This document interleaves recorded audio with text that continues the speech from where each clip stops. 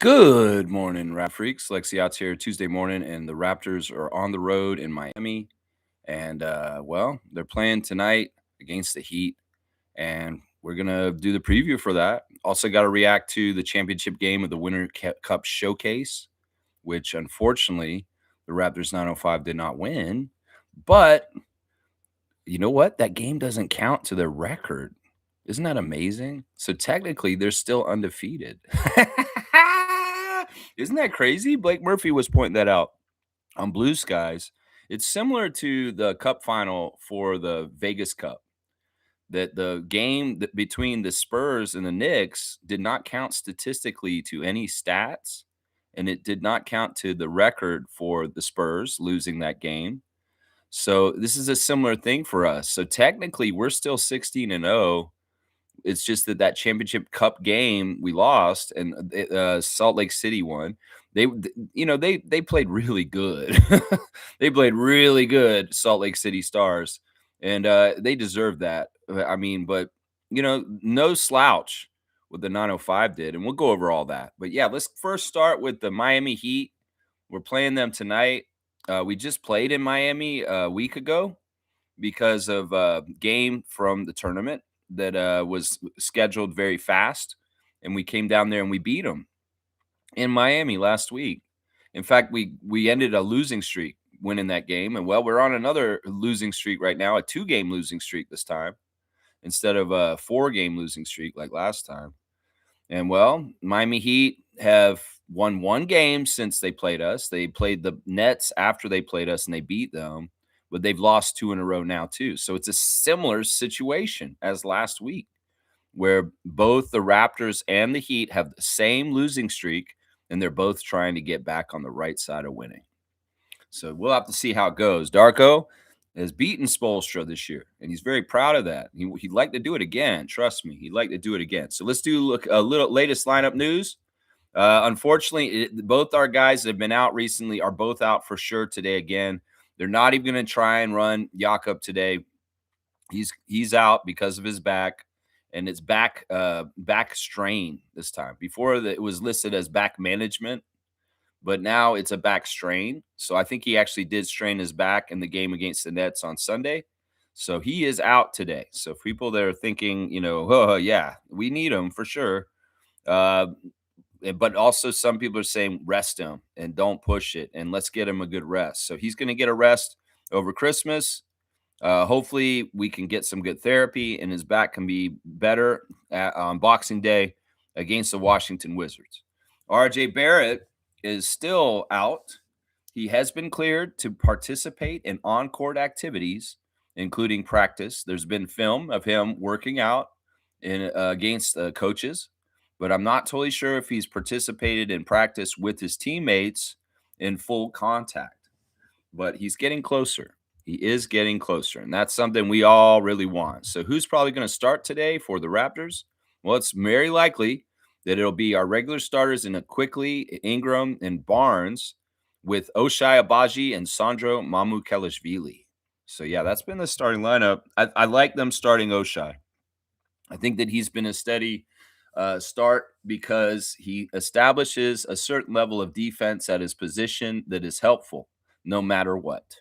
Even if he's not scoring any points, we know Oshai Abaji can hold it down on one of the more talented players on the other side and play them at a pretty good defensive level. So, yeah, I agree with that lineup if we're going to go with that lineup again. On the other side of things, Miami does have injuries also. Of course, Terry Rozier is out due to FBI. We have to note that, of course, because he's still listed here. He's out due to FBI. Nikola Jovic, who got hurt in the last game we played against him. He got in a little bit of a in-flight collision with Colin Murray-Boyles, and it was a little scary. He kind of messed up his arm. But, yeah, he's still out. His elbow, it's the same injury. He's considered week to week, so he will not be playing today. Pele Larson is out for the game today, too. Sprained left ankle is the reason.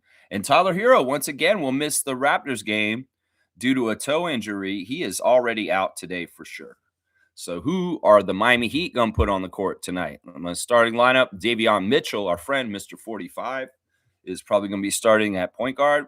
I would like to probably see either Simone Fontecchio again or Jaime Vasquez Jr. at the shooting guard in the place of Tyler Hero, maybe Drew Smith. Norman Powell is the small forward with Andrew Wiggins at power forward, and Bam Adebayo is the center. The rest of the bench is as such: Drew Smith, Jaime Vasquez Jr., Simone Fontecchio, Kelel Ware, Kasparis Yaskonius. I said it right this time. Wow.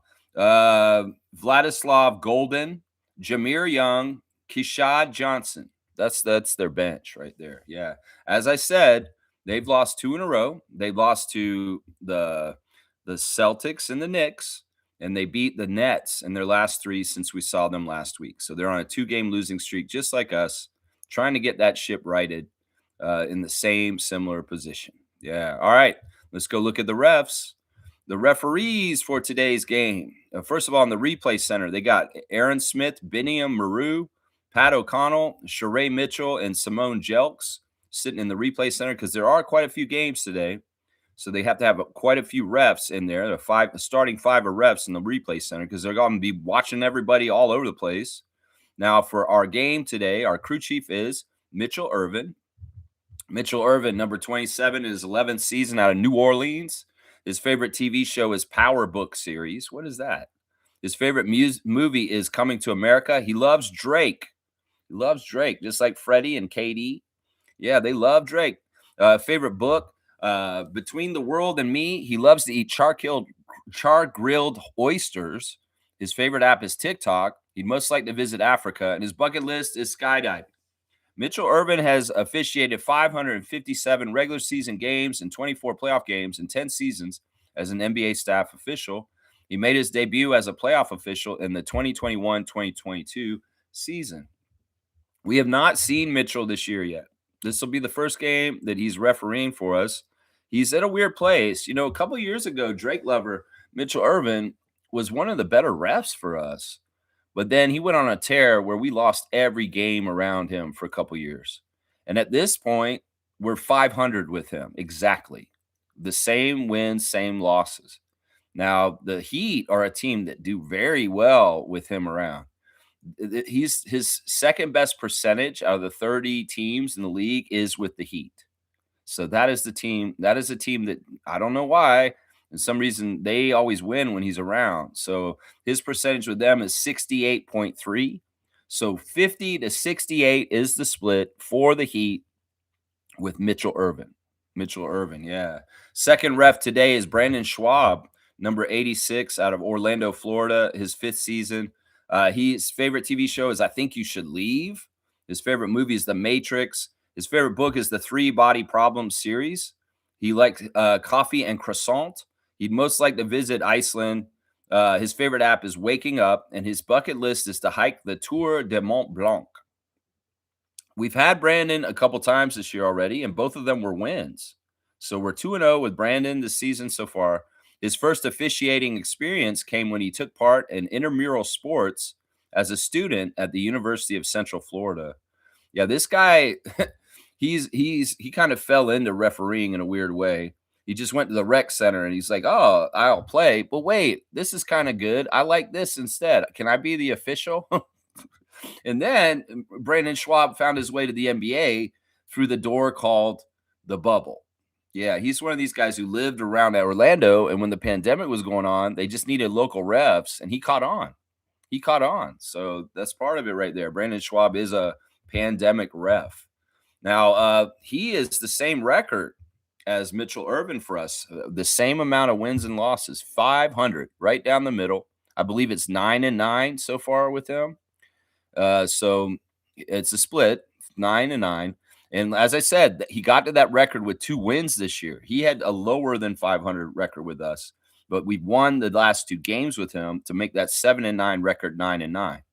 Now, he is just like Mitchell. They have the same records, really. He has a 69% winning percentage with the Miami Heat. So 50 to 69 for the Heat with the second ref, Brandon Schwab. The third ref is John Conley. John Conley is number 56 in the 5th season out of Orlando, Florida. So he's another Florida ref from Orlando. And he's another guy they added in during the bubble. Favorite TV show? I Think You Should Leave. He likes that show too. That's weird. Both those guys like that show. I Think You Should Leave. What is that show? Like seriously, is that the Chris Hansen show? They just renamed it. He comes into the room and the guy's in a towel with wine coolers and condoms. And Chris Hansen said, "What are you doing here? Why are you here to visit a 13-year-old girl? I think you should leave." Is that what that show is? Is it Dateline NBC with Chris Hansen, To Catch a Predator? It's just called I Think You Should Leave now. I don't know. Maybe I should go Google this show and find out about I Think You Should Leave since it's popular with Orlando refs. Is this a Disney show? His favorite musician's Michael Jackson. His favorite book is Be the Pack Leader. Is that a book about Greece or something like that? I don't know. Favorite meal is potatoes and pasta. His favorite movie is Dumb and Dumber. He'd most like to visit Australia and skydive in Dubai. Yeah, we haven't had John Conley yet this year. He's officiated 141 regular season games in 4 seasons as an NBA staff official. He also refereed 25 regular season games as a non-staff official in 2020-21 season. Yeah. Yeah, it's interesting. We got 2 bubble refs from Orlando as the 2 backup refs to Mitchell tonight. Now, John Conley is the guy that Fred called a little bitch last season. He's the one who pointed at him. He said, "You're a bitch." But he is a friend of the Raptors today. Out of the 3 refs, he's the nice ref. We win 56% of our games when John Conley is present. And the Heat win 42%. So 56-42 for the Raptors with the 3rd ref, John Conley. So he's not a, we got to be nice to John Conley. He may be our only friend in this one tonight. Now, I don't know. This ref crew is not that experienced. Mitchell Irvin is a so-so crew chief. And sometimes he's not often the crew chief, but he's a so-so crew chief. And then the other 2, like I said, they're very junior refs. They're bubble refs that have only been in the league for like 5 years. So, yeah, that's the crew. I mean, I don't know. The favor towards the Heat is going to be there because it's home court. Also, another thing is, we beat them last week at home on a very fast turnover because that game got scheduled really quick, like within that week. And in some ways, the NBA was scrambling a little bit. This is the one they knew was on the schedule. And Spoelstra is not going to want to lose to us again. So this is going to be a tight game. This is going to be a tough game, especially with Yak out and possibilities that they're going to have size advantages over us with Bam and Kelly Ware. Now, the other thing about it is when we played them last week, we saw that they were kind of like Spider-Man pointing back at us as us being Spider-Man because our teams are very similar. They go through similar problems. They have problems with bench production. They have problems with going cold from 3. They have problems with having stagnated periods where they can't score, just like us. So it's really interesting that they have a lot of the similar things that we have going on that aren't helping in some ways. But also at the same time, they're scrappy and they get transition baskets too. So their strengths and weaknesses mirror ours in a lot of ways.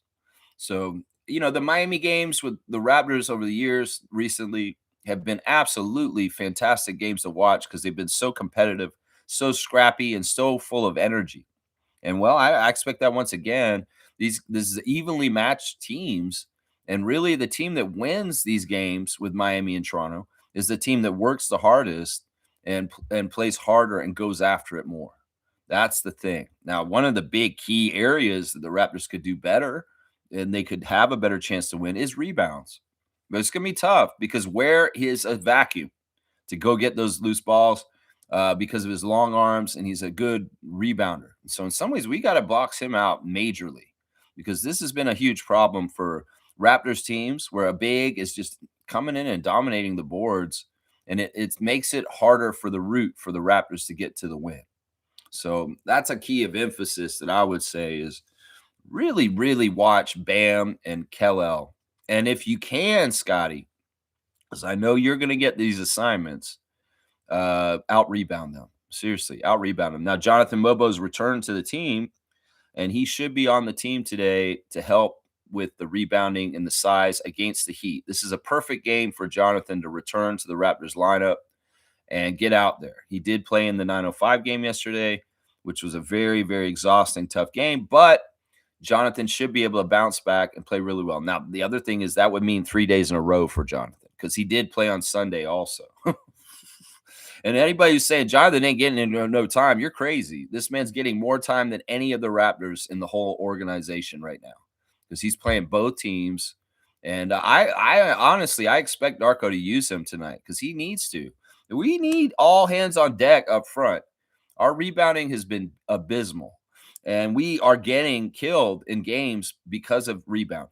So we need our bigs. And if Scotty, Sandro are our two only bigs that we have, we need Jonathan. We need Jonathan out there. And Bobby, get the fuck on the phone, man. What are you doing? Don't waste any time. The winter showcase is over. And are we in a period where you can acquire someone? You need to acquire someone, man. Somehow, some way. Seriously. Raptors fans are getting restless and they see this real huge problem. You know, there's some guy on Reddit that posted a post with a list of all the centers on every roster. And we're the only team that has one center on our roster. Other teams have like 4 centers, 3 centers, 5 centers, 2 centers at least. And we're the only team that has one center, Bobby. So go rectify that. We need another center. And like I said, if there's some double secret probation the NBA has on the Raptors since Serge Ibaka and Marc Gasol left, that we're not allowed to have centers for some weird reason. I mean, there is some insight to this with Fred. Fred did an interview again. He's been talking so much lately. It's amazing. He did an interview this week talking about the experiment with the Raptors of going wings and positionless basketball with 6'9" wings. He said we had one small, no bigs, and all wings. And it was like an interesting idea, but it didn't really work. And now the whole league is copying it and doing it now, is what Fred said. I'm sick of this, Bobby. I don't want to do this anymore. Whatever your 6'9" positionless wings bullshit that you and Masai did for a while, you changed the league for sure. It was an interesting idea, but it didn't work and it didn't win. And these other teams can go ahead and chase it with their personnel and see if it works for them. But we should be done with this. We should be looking for the next trend, the next thing that's going to help Darko coach this team to be a winning team and get to the highest heights. So whatever it is, if you're stubborn, if the NBA is secretly taking our centers away through the fitness to play panel, if there's a double secret probation that doesn't allow you to try and acquire centers, whatever it is, figure it out, man, because we need this position so badly right now. So badly right now. And the problem is, for years, we've seen this, that we've cried out that if we just had more size, we could have better rebounding. We could win a lot more of the games that we're losing since Serge and Mark left, honestly. Honestly, those guys left because you guys were going for Giannis. And in some ways, it was a bad move because we should have maybe reinvested in Ibaka and Gasol and kept them around longer. I don't know. But the parade of guys we've had come and try and man the center position for us since then, other than Jakob, has been less than impressive. Let's just put it that way. Less than impressive. All right, let me check in with you guys in the chat. This morning, we're previewing the Raptors versus the Miami Heat, and I'm going to go over that 905 championship game last night, too. Trevor J is first in with the words of wisdom. We don't always get what we want. If somebody's praying for you if somebody's praying for what you already have. Yeah, there's levels to this, guys. You know, a lot of our problems right now are not that big, but you know what? They could get big in the near future if we're not vigilant and careful about the people that are in charge. In charge. I do that in quotes because I don't necessarily think they're in charge. You know, we got to be vigilant because they're going to try and pull fast ones. We're in a new age where politicians are not being transparent. We're in a new age where politicians are lying and then doing exactly the opposite of what they promised when they did their campaigns. I mean, that's nothing new. We're also in an age where politicians don't care what the public thinks anymore, and they're just going and doing shit. You know, there's all kinds of stuff that they want to do with the billionaire class and the oligarchs that is not good for the common person. And well, we can't be apathetic. We can't be like sitting on the sidelines saying somebody's going to fix it. No, we need to get out there and make our voices heard and protest and do whatever we need to do to fight against changes that may be coming that we do not want. And, AI in some ways, they say it's inevitable, but a lot of things about AI are not. And we can shape it and form it, hopefully, but maybe not because they're not going to give us any choice. All of a sudden, this AI is just popping up all over the place. Did I really want to opt into this? Do I really want this on my Facebook? Do I really want this on my Google search?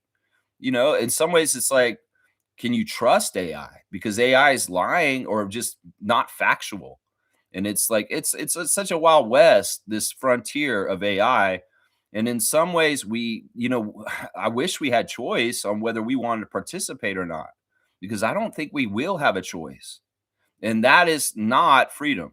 And that is not democracy. And that is not for the people. So be vigilant, be aware, stay informed, and don't be afraid to get out of your comfort zone because you need to take a stand. That's what I have to say right there. Thank you, Trevor J, for your words of wisdom. I appreciate you, Trevor. Blessings to the Jones family, all the Raptor Freak families. That's right.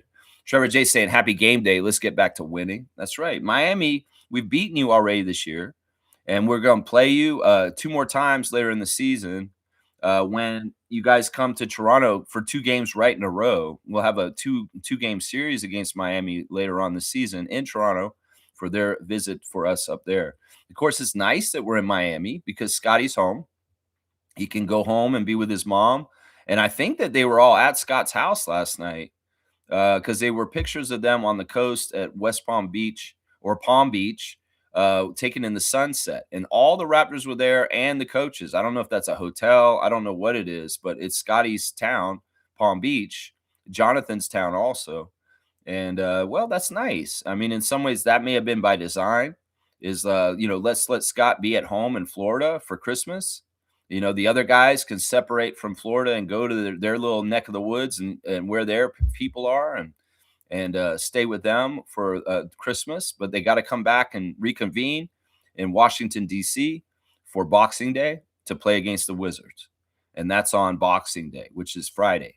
So, yeah, they'll play today. They'll get a couple days off. And then we'll be back in business on Friday against the Wizards on the road. So these are very winnable games. We need to do this one's tougher tonight for sure, especially since we beat them last week. Trevor's saying this 905 had a very good run. We all have to be so proud of them. That's right. In some ways, I'm not going to diss them. I'm not mad at them. That game last night, the Salt Lake City Stars are a high octane offense. They really poured some points on the scoreboard. I mean, they had 44 points in the first quarter, 30 more at halftime. So they had 74 points at half. And then they had 104 at the end of the third, which is very high octane scoring. They had a lot of guys that were hitting and just going after it. You have Mo Bamba out there hitting threes. You have this guy off the bench got the MVP because he went 6 for 10 from 3 and just went crazy. Yeah, they had a crazy offense.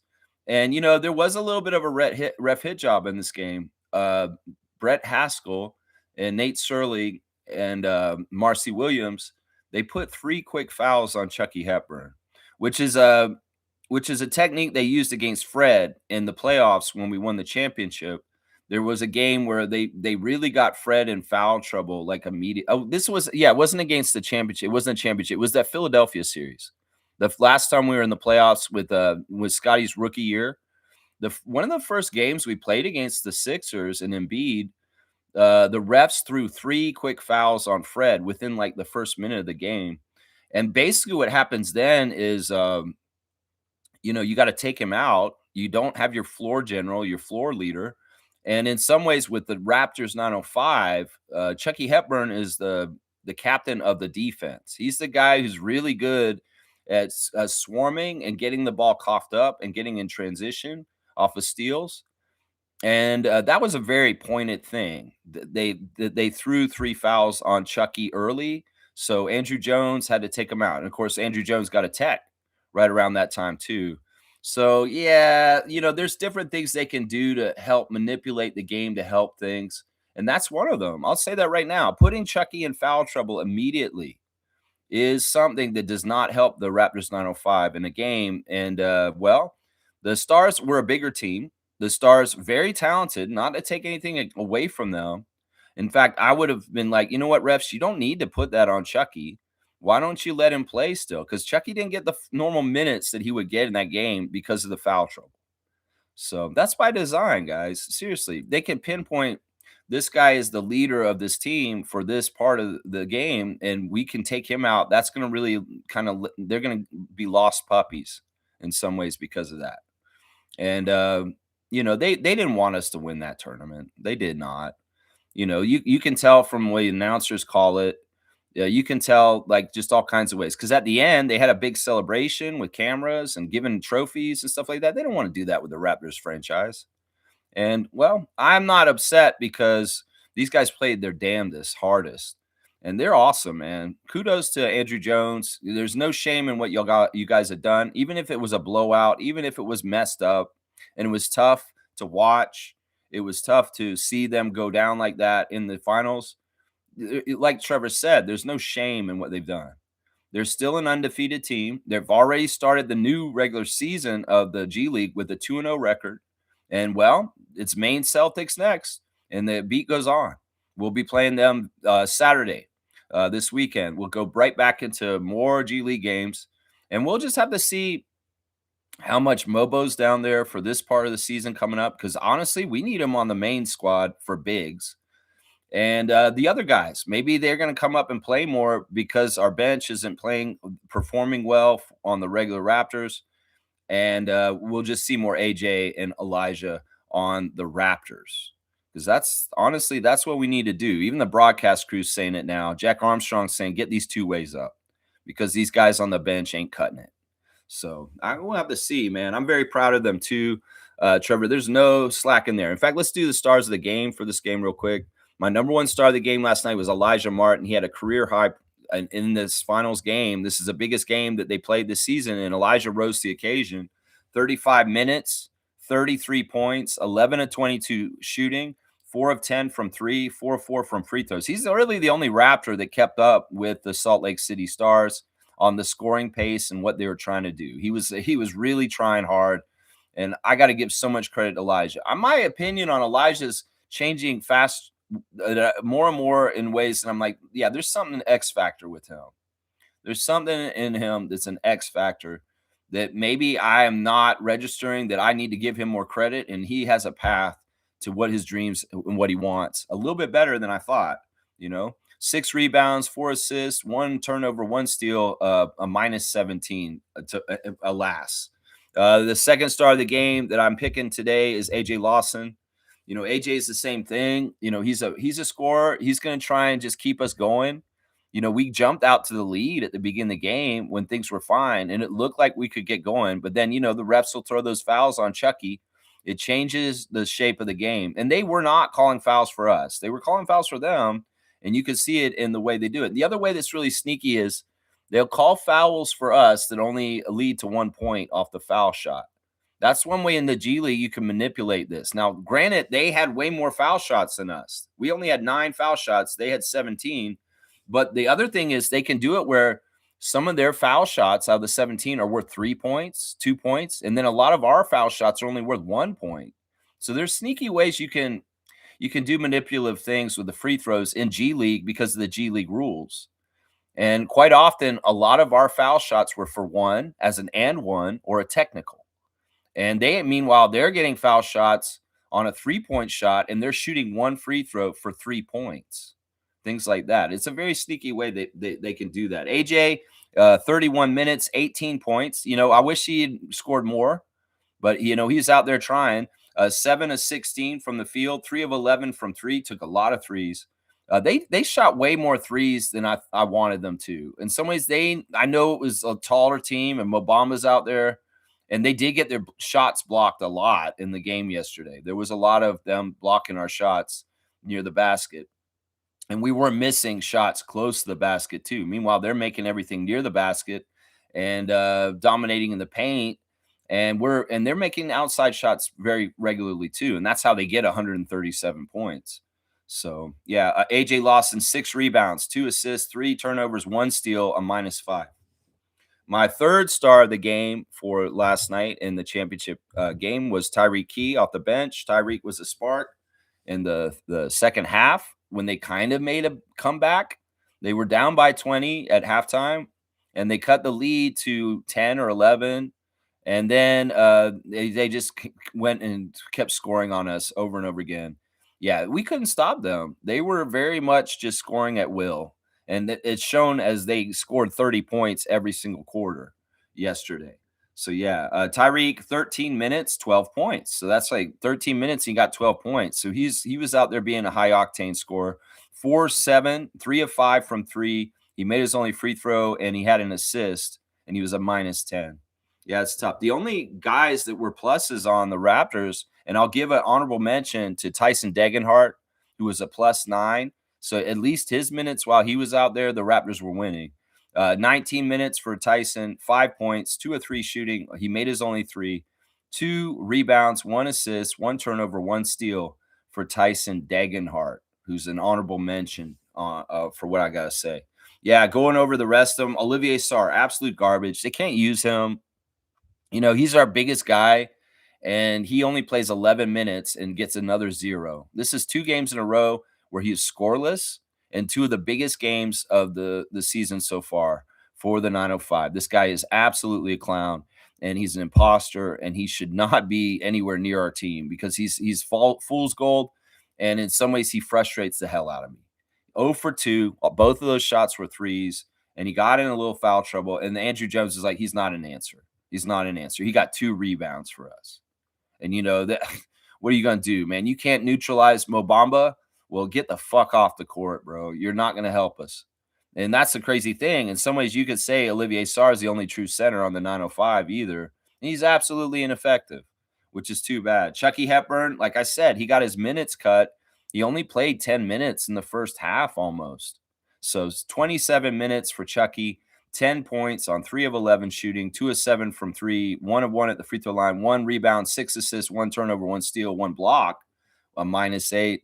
Jonathan Bobo had a tough night. He was 3 for 10 from the field with 6 points in 29 minutes, 9 rebounds, 4 assists, two turnovers, and a steal, a -12. Jonathan's been a little bit nervous this whole tournament.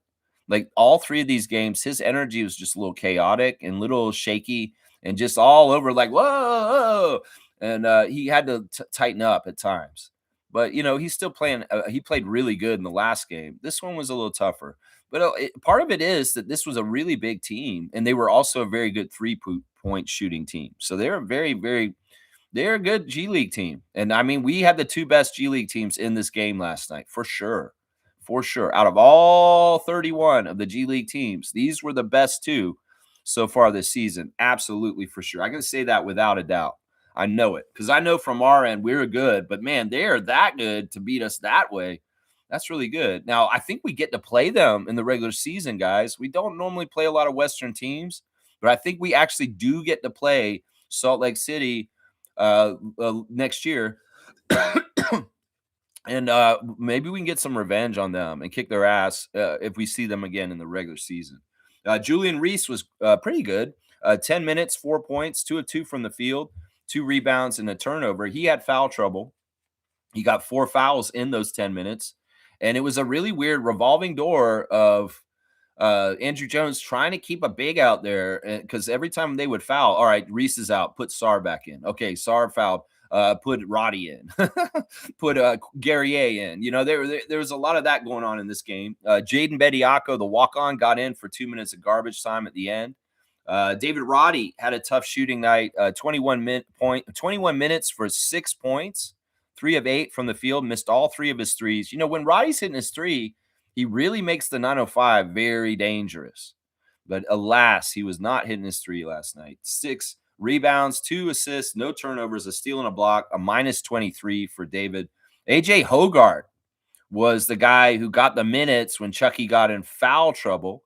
And it's interesting because this guy's not even supposed to play, but this is what happens. When this happens, you go to the depth chart because the refs threw 3 fouls on Chucky. AJ, you're in the championship game, bro. What are you going to do? And he got out there 11 minutes, 4 points, 2 of 7 from the field, 2 assists, 1 turnover, a -2. He was suitable, But, I'd much rather have Chucky out there, honestly. Patrick McCaw even got in the game last night. They're showing stats about the team's NBA experience. And of course, McCaw's on there inflating our numbers with 199 NBA games. And they're trying to say, oh, this G League team's so experienced. It was like, yeah, McCaw's got almost all our games in the NBA, though. You're trying to say we're so experienced. He got out there for a little bit. He had a block, and that's basically it, what he did. I was hoping he could come out there and be a defensive spark plug when Andrew got him out there. In some ways, he was just grasping for whatever he could do. Maybe you should have played Patrick earlier. I don't know. I don't know. Quincy Guerrier standing for Canada, 6 points in 12 minutes, 2 of 3 from the field, 1 of 1 at the free throw line, 2 rebounds for Quincy. Jarkel Joyner, 16 minutes, 8 points, 3 of 6 from the field, 1 of 3 from 3, made his free throw, 1 rebound, 1 assist, 2 turnovers, a -19. Yeah, Jarkel, I was hoping maybe he could spark and get going, and he did a little bit. He had a little stint in the late in the game where he got some baskets in a row just really fast. But yeah, this team was on high octane going, the Stars. They really were going very well. I mean, we had 3 guys in double digits, and they had 7 guys in double digits for the game. And they had Harkless came out and he was perfect right away, 4 for 4 right away. And Mobamba was 4 for 4 right away. And they just really set the tone. Those two guys, and they're NBA guys. They've both played in the NBA. And Harkless was 25 points in 26 minutes. So that's really good bang for your buck right there. Mobamba absolutely dominating in different ways. 17 points with 12 rebounds, 5 assists, and a turnover. He did hit 2 threes right in a row, which was quite impressive. He was a +16. So yeah, a lot of Raptors fans are saying we need to go get Mobamba now. Yeah, I mean, if that's what Bobby thinks, go get Mobamba. But once again, Mobamba is not a high IQ player. In some ways, he's very talented, but there's something wrong. There's red flags that he has not stuck in the league for certain reasons. I don't know. There's a lot of talent there, but he's a knucklehead, I'll bet. And in some ways, I don't know. See, that's the thing. Maybe Bobby Mobamba, maybe. Come on. I mean, look into it at least. Come on now. Come on now. Yeah. Also off the bench, the guy who got the MVP was Max Abmuz. Abmuz. He had 29 points in 29 minutes, 9 of 16 from the field, 6 of 10 from 3. Yeah, just nasty. A +24. He was badass. Sean East was another guy for them that was really, really good. 27 minutes, 21 points, 9 of 16 shooting for him. And he had 6 assists with 4 rebounds. And he was the highest plus minus for them. Well, no, wait. Morel was. Morel was a +32. This guy was a +31. Morel, a real spark off the bench. In fact, they got better scoring off their bench than their starters in some ways. With Morel and East and Abmuz, that they had like 67 points between those 3 players off the bench. 67 points. That they had 70 points off the bench in the game between 4 guys. It's not like they played a whole ton of people. They only had 9 players play last night. So yeah, kudos to the Salt Lake City Stars. You deserve it. You deserve the $100,000. And you know what? Raptors 905, stay hungry and keep your head up. You guys are badasses still. So yeah, that's kind of how it went down. You can't, if you can't stop people from scoring, you're gonna lose. And these guys were crazy, 57% from the field, and we were struggling. We weren't shooting well the first half, really. I mean, we started okay. We had the first run, we had the lead in the first quarter, and then it was all Salt Lake City after that. And we were shooting like 30% while they were shooting like 70% for part of the game. So it was crazy, man. It was really, really tough game. They out rebounded us. Our assist to turnover ratio is pretty good, 24 to 12. That's 2-1. And they were 27 to 16. Yeah. And the points in the paint, they beat us by +4. So it's just a tough game, a tough championship final in the Winners Showcase Cup. Disappointing, but not anything to hang our heads. There's only one winner. And in some ways, you know what? I'm really proud of them. And you know what? They're going to be a good team. And even like the announcer said during the game, these 2 teams could be facing each other for the G League championship at the end of the regular season because they're that good. If they stay healthy and there's not too much movement because people are getting called up and taken away at different times, maybe there's going to be a rematch at the end of the year. in the G League championship. So we'll have to see. We'll have to see. G's here. Good morning to G, our original Raptor Freak trivia champion. Hi, Lex. Same subscribers, only issues. Took me 3 times of unsubscribing and subscribing and waiting 5 minutes to finally get back on. I imagine others are having issues too. Man, I have no idea why that's happening. You know, that's happened with me with other channels. Man, I don't know. Maybe they're just trying to hurt me with the algorithm or people coming in. I don't know. Either way, it doesn't matter. I appreciate you going through it all to be here no matter what. And I mean, I guess that they want to make it harder for people to actually watch me, I guess. I don't know. All right, we got a call today, guys. We got a reaction call today. It looks like we're going to do the infamous 6, guys. Good morning, infamous. Good morning, Raptor 3. Good morning, good morning, good morning. Happy holidays to you and your family. Thank you. Happy holidays to you also, infamous. Thank you very much. You basically covered everything that I was about to say about the 905 game. Oh, really? I think you outlined it perfectly. Like, there's nothing more I can add to it. You said everything I was going to say because you even picked up on the ref manipulation that I was going to even mention. Because I thought you were so on point with that ref manipulation because they do that a lot. I knew when they threw the 3 fouls on him. I go, yep, here we go. Yeah. It's like I said. The good example is that time when we played the Sixers with Fred. They did the same thing with Fred.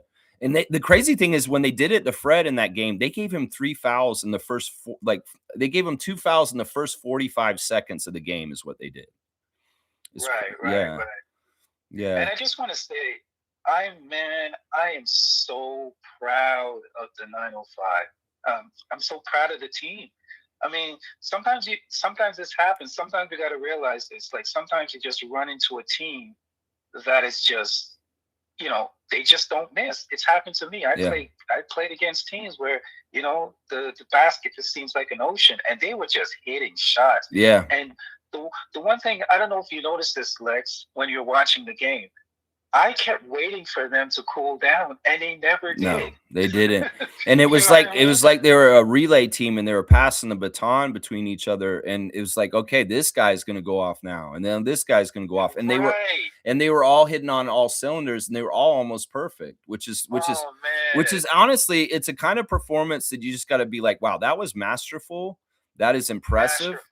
And in some ways, I gotta be like, you know what? Kudos to them. That was just Kudos a really. to them, yes. The other thing I got from the Salt Lake City Stars is that they're like us. They're a real team. They actually really do play for each other, and and that's a big thing right there. But yeah, I want to give flowers to them for sure because they deserve it. Oh, absolutely. Yeah. I'm wondering. I'm wondering who hang on just a sec. Infos. I'm wondering who the hell beat them 2 times is what I'm wondering. Exactly. Yeah. Exactly. I was thinking the same thing. You know what it is, Lex? It's like we were looking in the mirror. They play similar to us, but the difference is they got a experienced NBA big man in the middle. You see how much a big man in the middle makes a difference. Yeah. And they got dynamic athletic guards and wing players. I think I'm going to slightly disagree. I don't think that they're like us at all. I think in some ways we're a yin to their yang because we're very a defensive team and they're very much an offensive team. And they absolutely dominated us offensively. So our defense was just not up to it. Like we really have been winning a lot of our games off of defensive catalyst stuff. Right. But they're second in defense, though. They're second in defense in the G League. But I would argue that part of the reason why they're that is because their offense is so potent and it's really hard to get those steals and stuff off of them because they make all their shots. And they're just playing really solid basketball, because I mean, I get it. They may have a good defense, but when they put 137 on us like that, I'm like, wait, their offense is definitely their biggest power. Absolutely. And we don't have that kind of firepower like that with our offense unless we're able to swarm and steal and just really shut teams down. That's the other thing is like, Andrew Jones has been having periods of time where he gets the 905 to absolutely shut the other team down. And that happened even in some of these games in this tournament just now where they were beating us. And then all of a sudden we're like in the second half, we're like, no, we're shutting it down. We're going to start swarming you and stealing the ball. And we actually will give you a drought where you don't score at all. And we will climb back and take the lead. So Right, and it never happened because no, guess what? It's not like we played bad. We didn't play bad. yeah, We didn't play bad at all. We played very well. And you know what? I was so proud of them because they never gave up. We yeah, kept fighting all the way to the end.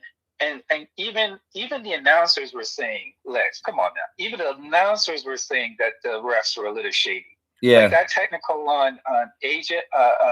No, it was Lawson. Lawson for saying something from the bench. I'm like, what? yeah, yeah. Yeah, that was weird. That was very weird. Yeah, and That the was and very the weird. challenge calls and it was all. Oh gosh. Yeah. Yeah, it is what it is. I mean, I'm proud of them. I know Andrew Very Jones is proud. proud of them, and you know what? We can go forward with our heads held high and continue to build off of this still. So, Absolutely. So let me get to the next point. sure. Listen. I'm totally on your side. Yesterday, I wish I could call in. I didn't get a chance to call. I wasn't going to call in, but I was listening to what you were saying yesterday about the manipulation in the Raptors game, and you are so right because two things can be right. Um, Anybody that doesn't think that there's a bias when it comes to that kind of stuff, go listen to Phil Handy's interview. I think it was in the green room when Danny Green used to do that podcast show Yeah, that he used to I do think when he he was still here. does it with this guy Harris. His name's Harrison, I think. Something. Harrison, yeah, something Yeah. like that.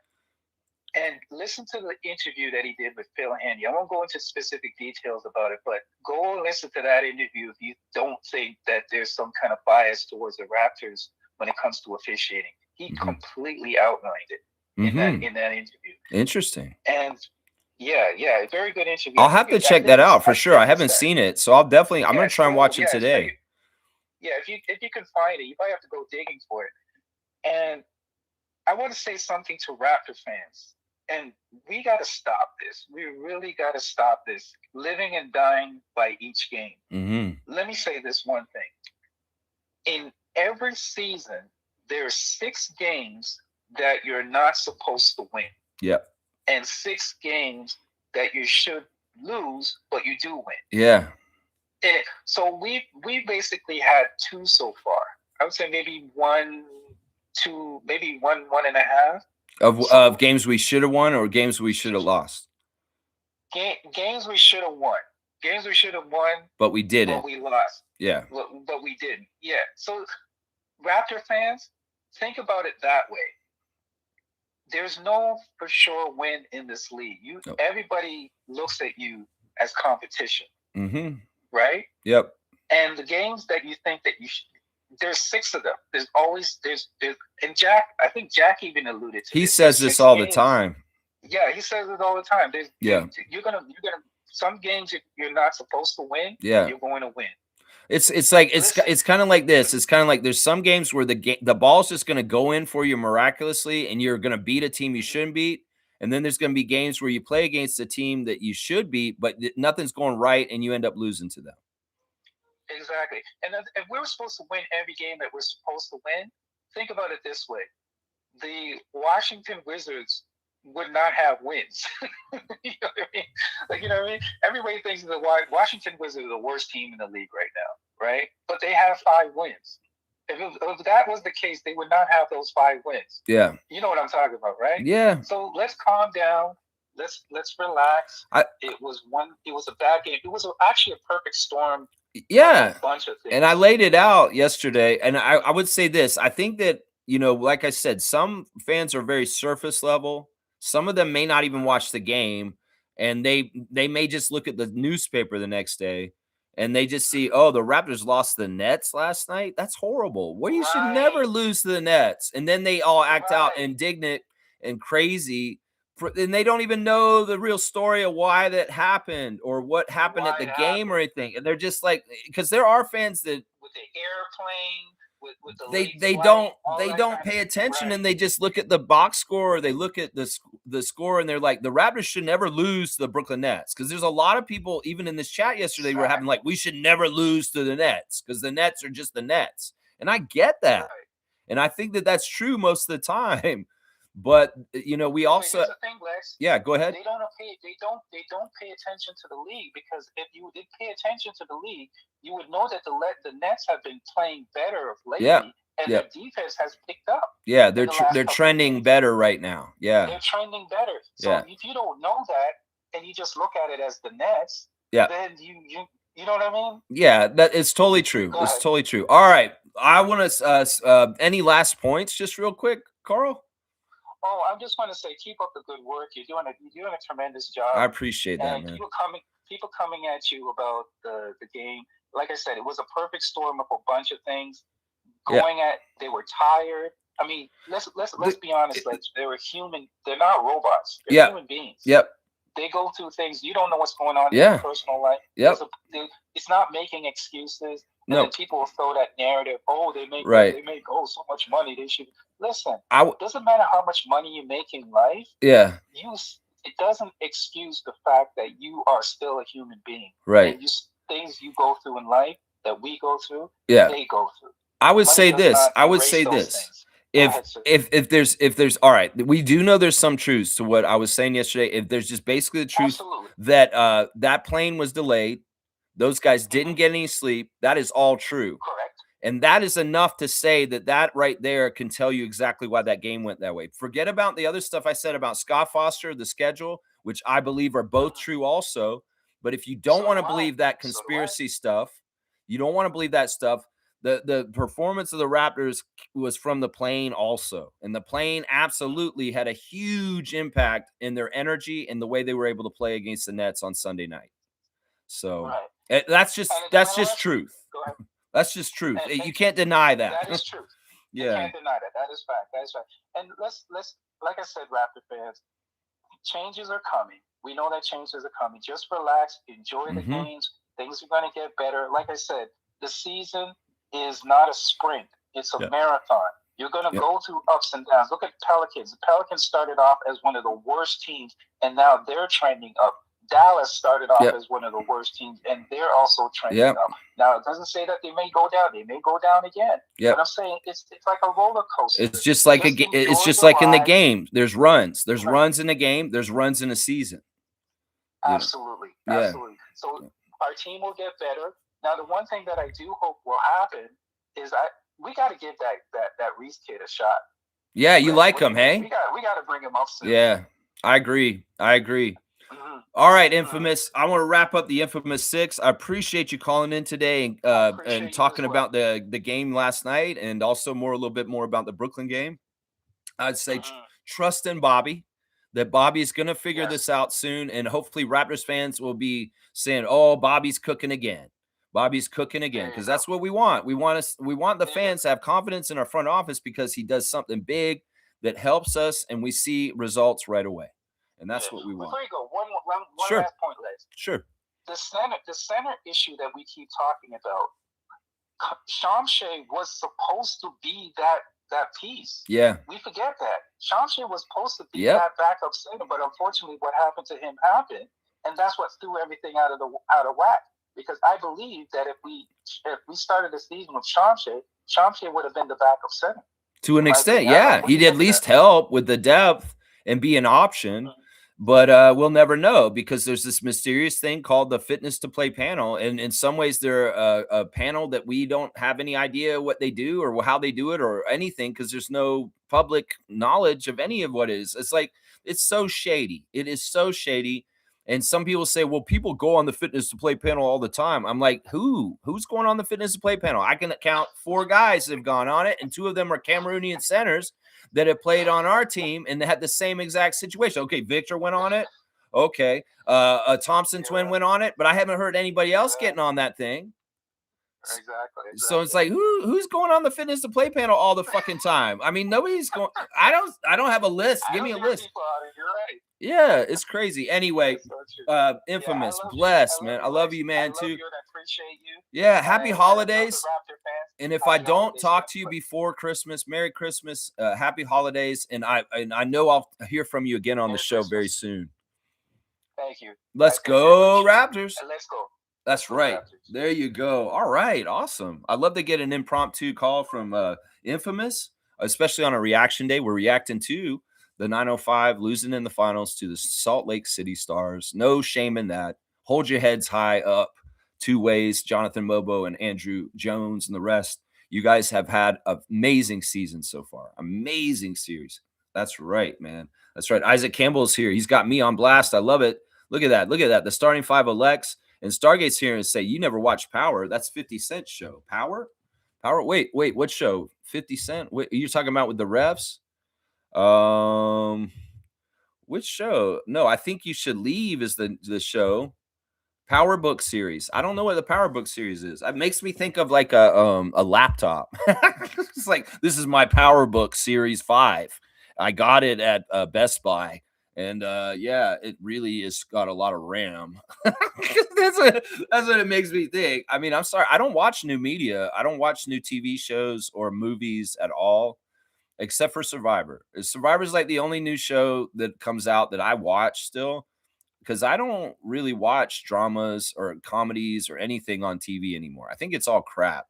It's like I'm more likely to get on YouTube and watch an old episode of Sanford and Son or Carol Burnett on YouTube than I am to watch anything that's new now. Like, seriously, I'm watching like old Saturday morning cartoons on my stream, and everything that I'm watching is from the 80s, the 70s, the 90s, and even the 60s and 50s. In fact, I go back so far, I'll watch Laurel and Hardy or like the old R Gang, like Little Rascals shorts. I'm watching Hazel. Hazel, the show about the maid from the 50s. That's the kind of stuff I'm watching. It's kind of crazy. I guess I'm a nostalgia guy. And I guess there's comfort in something fun in old media and just the charm of it. And in some ways, I know what's coming is going to be so artificial and full of shit and suck that I'm going to lean more and more into the old media and watch the old stuff, especially because it's archived and a lot of it is up on YouTube, and it's fantastic. I'd much rather watch an old episode of I Dream of Jeannie or What's Happening. that's that's what I'd rather watch. It's crazy. Randolph saying this: Game Day blessings, beloved Raptors freak family. You carry in your heart the true love that's contagious, which means that the more people you make contact with, the more love will spread. That has been a mission statement for this channel, is to share the passion, the love, and the dedication to the Toronto Raptors through this channel. And it's crazy because a lot of us share those values, share that kind of perspective. And that's one of the fun things about this channel. Is worldwide. People can find this. You do a search for Raptors and you find the Raptor Freak channel and you're like, okay, yeah, this guy's too crazy for the Raptors. I don't like him. But some people come in and they're like, this dude's exactly on point with his passion for this team, and sharing that kind of passion and love and enthusiasm and interest. It bonds us. I don't know what a lot of you guys look like. I don't know who you guys are in your real lives every day, but I do know you guys to an extent through the channel and talking to you, and you guys sharing your lives and different things that you like to talk about. And it's fun because I do feel like I get to know you guys as much as you want me to, in the ways that when we talk and interact on this channel. And I find, once again, in meeting with people at the Raptor Freak get-togethers, that there's a real common thread. We really are birds of a feather.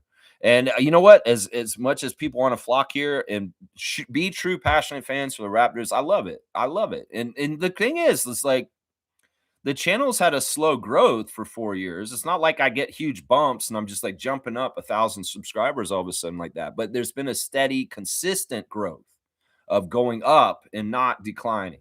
And that's good. That's good. So I appreciate all my subscribers. I appreciate all the channel members. And I appreciate everybody who's an everyday Raptor Freak. And even if you aren't, and you're just somebody who listens, who never talks, thank you too. Everybody, if you're not here, but once a month, once a week, whenever you're here, I just appreciate everybody who interacts with me through this channel. I really do. Blessings to Phillips family and all the Raptor Freak families. That's right. Share your true passions. And you know what? You'll attract people that have aligned passions. Let's just put it that way.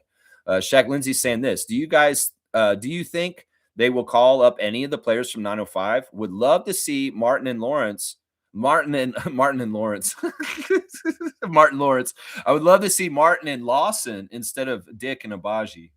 Yeah, I mean, I think this is inevitable. I think that now that we got through this really crazy Winter Showcase Cup, that it's more likely that some of them will get called up. I don't know. Maybe they do value Andrew Jones going really well with his full strength down there too. I think at least Mobo will get called up more. If not, hopefully Lawson for sure. If not, also Martin and Hepburn. But yeah, I want to see them get more time on the Raptors for sure, for sure. And I get it, man. I'm frustrated as hell with Dick too. But Baji, I don't think you should switch him out. Seriously, I think Abaji's doing fine right now. Jonathan, thumbs up, sure. Yeah, let's get him going again up on the Toronto Raptors. Seymour saying, did a 905 take the Winter Classic? They did not. They got blown out. It was 137 to it was crazy. It was 137 to 112 at the end. It was just they were outgunned. And this team that they played against had Mo Bamba as the center, and he just went off. He went off. And they had a couple of guys, like I said, they were scoring the same amount of points as minutes that they had on the court. They had a few guys like that. So yeah, it was a tough game, Seymour. And unfortunately, they didn't win it, but they, very, very proud of them. And once again, the crazy thing is that game doesn't count to their schedule. So they're technically still undefeated, which is crazy. It's so crazy, man. It's kind of cool, honestly. All right, let's see what else you guys are saying in the chat here. Infamous is here. Great. Thanks for the call, man. Thanks for the call, Infamous. Unfortunately, they lost, but it was a great effort.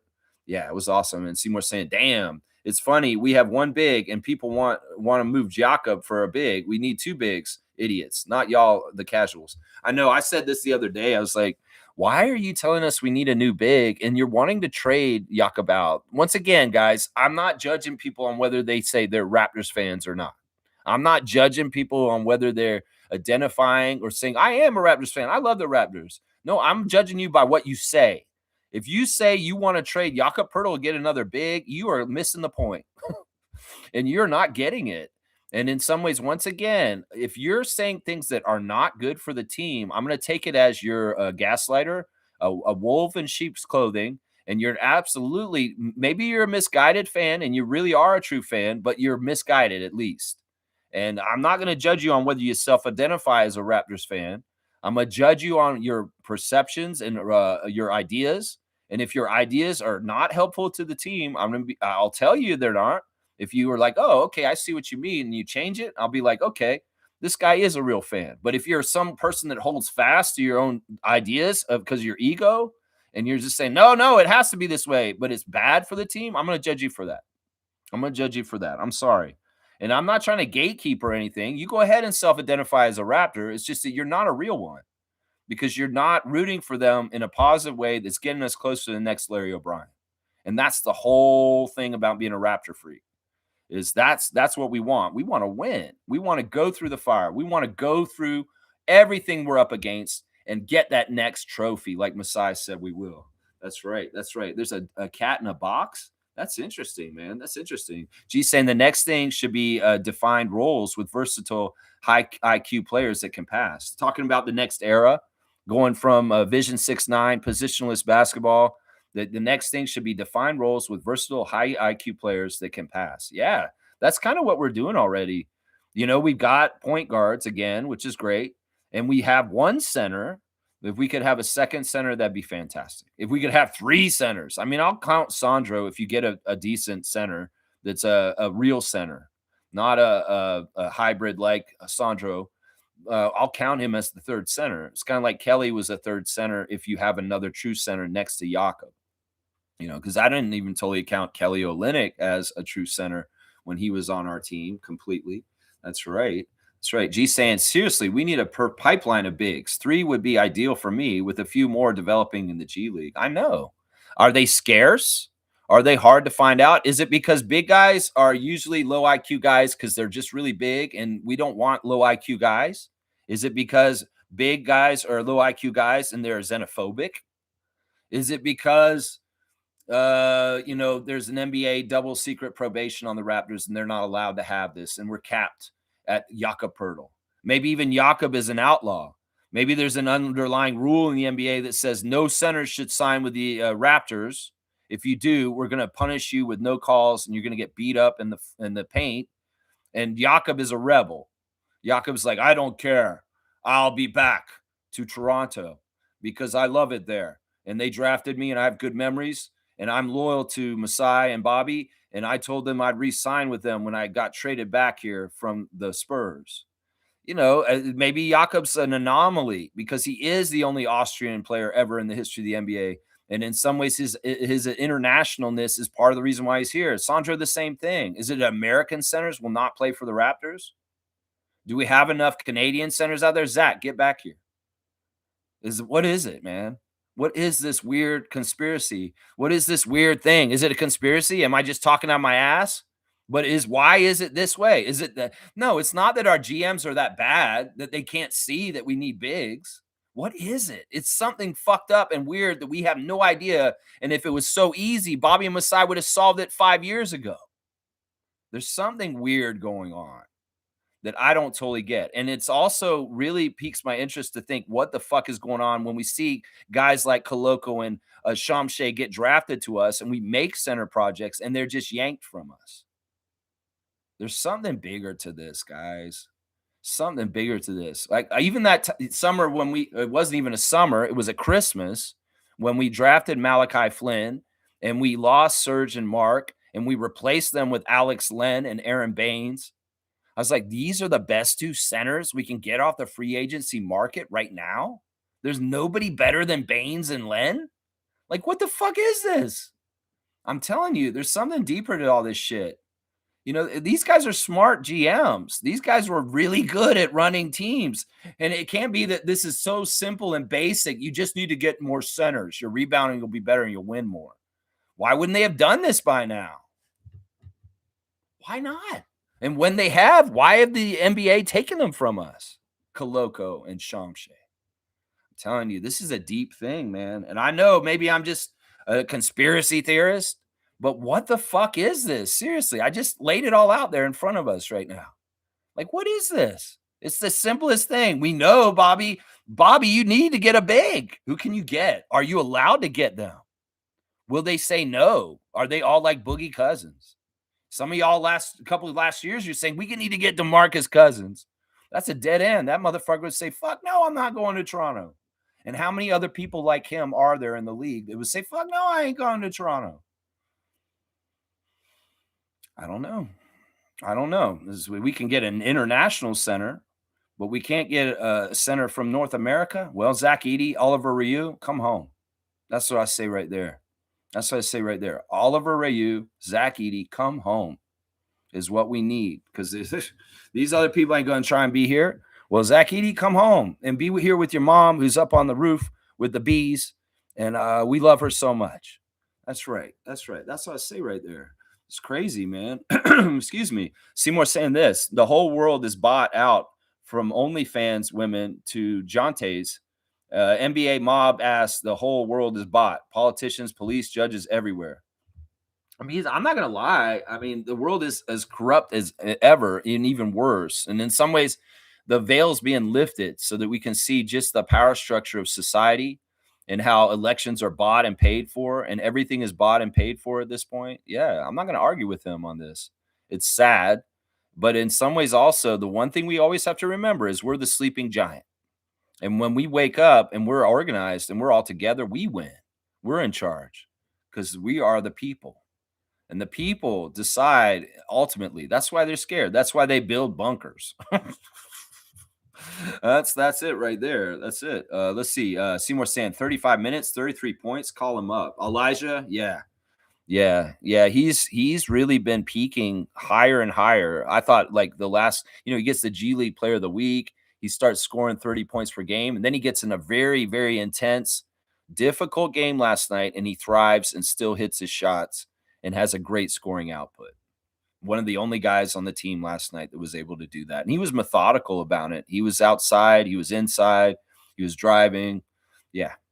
He's doing a lot of good stuff last night. I'm with you on that. I think Elijah Martin is deserving of some more time with the Toronto Raptors. That's right. Seymour saying, I'm singing the Martin Lawrence intro song right now. Martin. Martin! With Sinead. Oh, that show is so good. That show is so good, man. I want to find it on YouTube. Maybe I can find it on YouTube and I can start watching those shows too. That'd be awesome. That's right. Stargate saying that Mobamba is a flake. He's just weird, man. Like he was kind of, when I was watching the game last night, he's very childlike in some ways with his mannerisms. Like I think he's got a little bit of arrested development. And I don't know. He's a weird guy. He's a weird guy. Like he was in the NBA. He had it, but something went wrong. And like even to the point where Nick Nurse brought him to Philadelphia, he tried him for a while and threw up his hands and said, "Get this guy out of here." Something's wrong there. Something's wrong there. And that's why I'm like, you guys, you could think that Mo Bamba's an answer to our problems, but maybe he isn't. Maybe he isn't, you know? G saying this proposed anti tanking ideas from the league, limiting pick protection and allowing teams to draft in the top 4 in consecutive years, locking lottery positions after March 1st.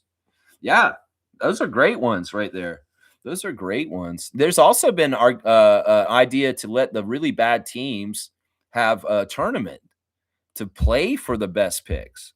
Like in some ways, I don't know. There's all kinds of different. I think that idea is similar to what Jack was proposing a couple years ago, saying that you're not allowed to be in the lottery more than a couple years in a row, and that if you're in the lottery last year, you can't be in the lottery again this year. So that teams like Washington and them can't just keep getting number one, top 5 picks over and over again. I don't know. It was weird because some of those teams that are usually in the top of the lottery got locked out of the top 5 because of the movement of Dallas and San Antonio and Philly into the top 3 picks. It knocked Utah and Charlotte and Washington and them out of the top 5. In some ways, they may have nefariously did that on the down low last season already by knocking up those teams. Like Dallas shouldn't have had the first pick. Honestly, that's obviously Luka payment back. And then you got well, we like Philly. We want Philly to do well, and they did so bad. We could really make them a better team by giving them a top 3 pick. You know, there's a lot of shadiness with the lottery. And I mean, why don't you just decide who you want to pick first, Adam? And why don't you just publicly say, I've decided Dallas Mavericks will be picking first today because I forced them to trade Luka Doncic last year? You know, why don't you just do that? Why don't you just come clean and tell us exactly why you did what you did with the lottery last year and explain to Washington, Washington, you don't get a top 5 pick because you're always there and we're not letting you do that anymore. You know, I mean, this is what it feels like in some ways.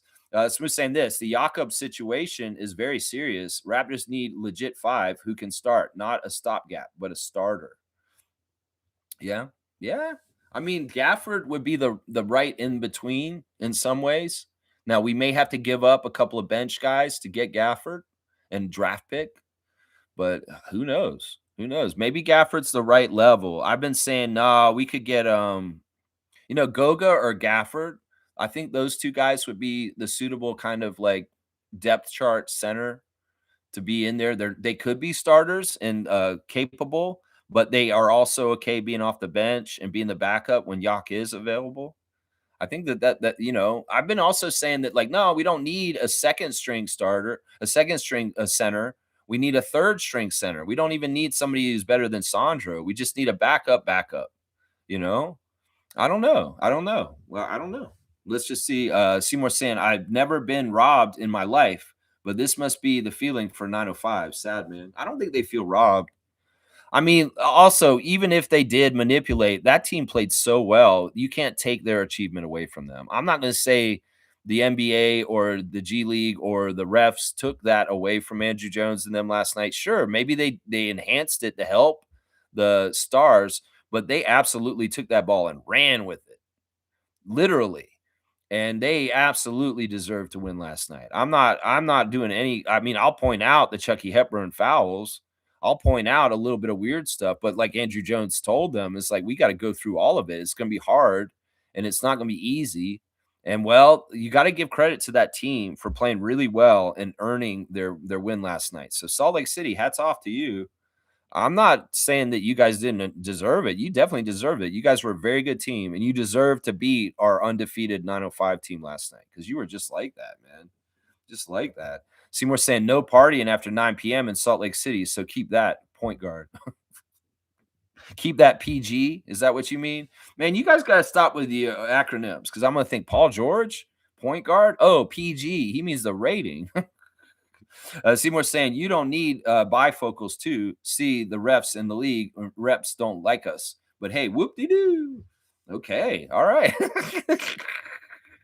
Reggie's saying, look, that Brooklyn game, regardless of the circumstance, was supposed to be a W. You're supposed to beat the bad teams, and Brooklyn is very bad. They're not, though. They're not very bad. They are bad, but they're not very bad.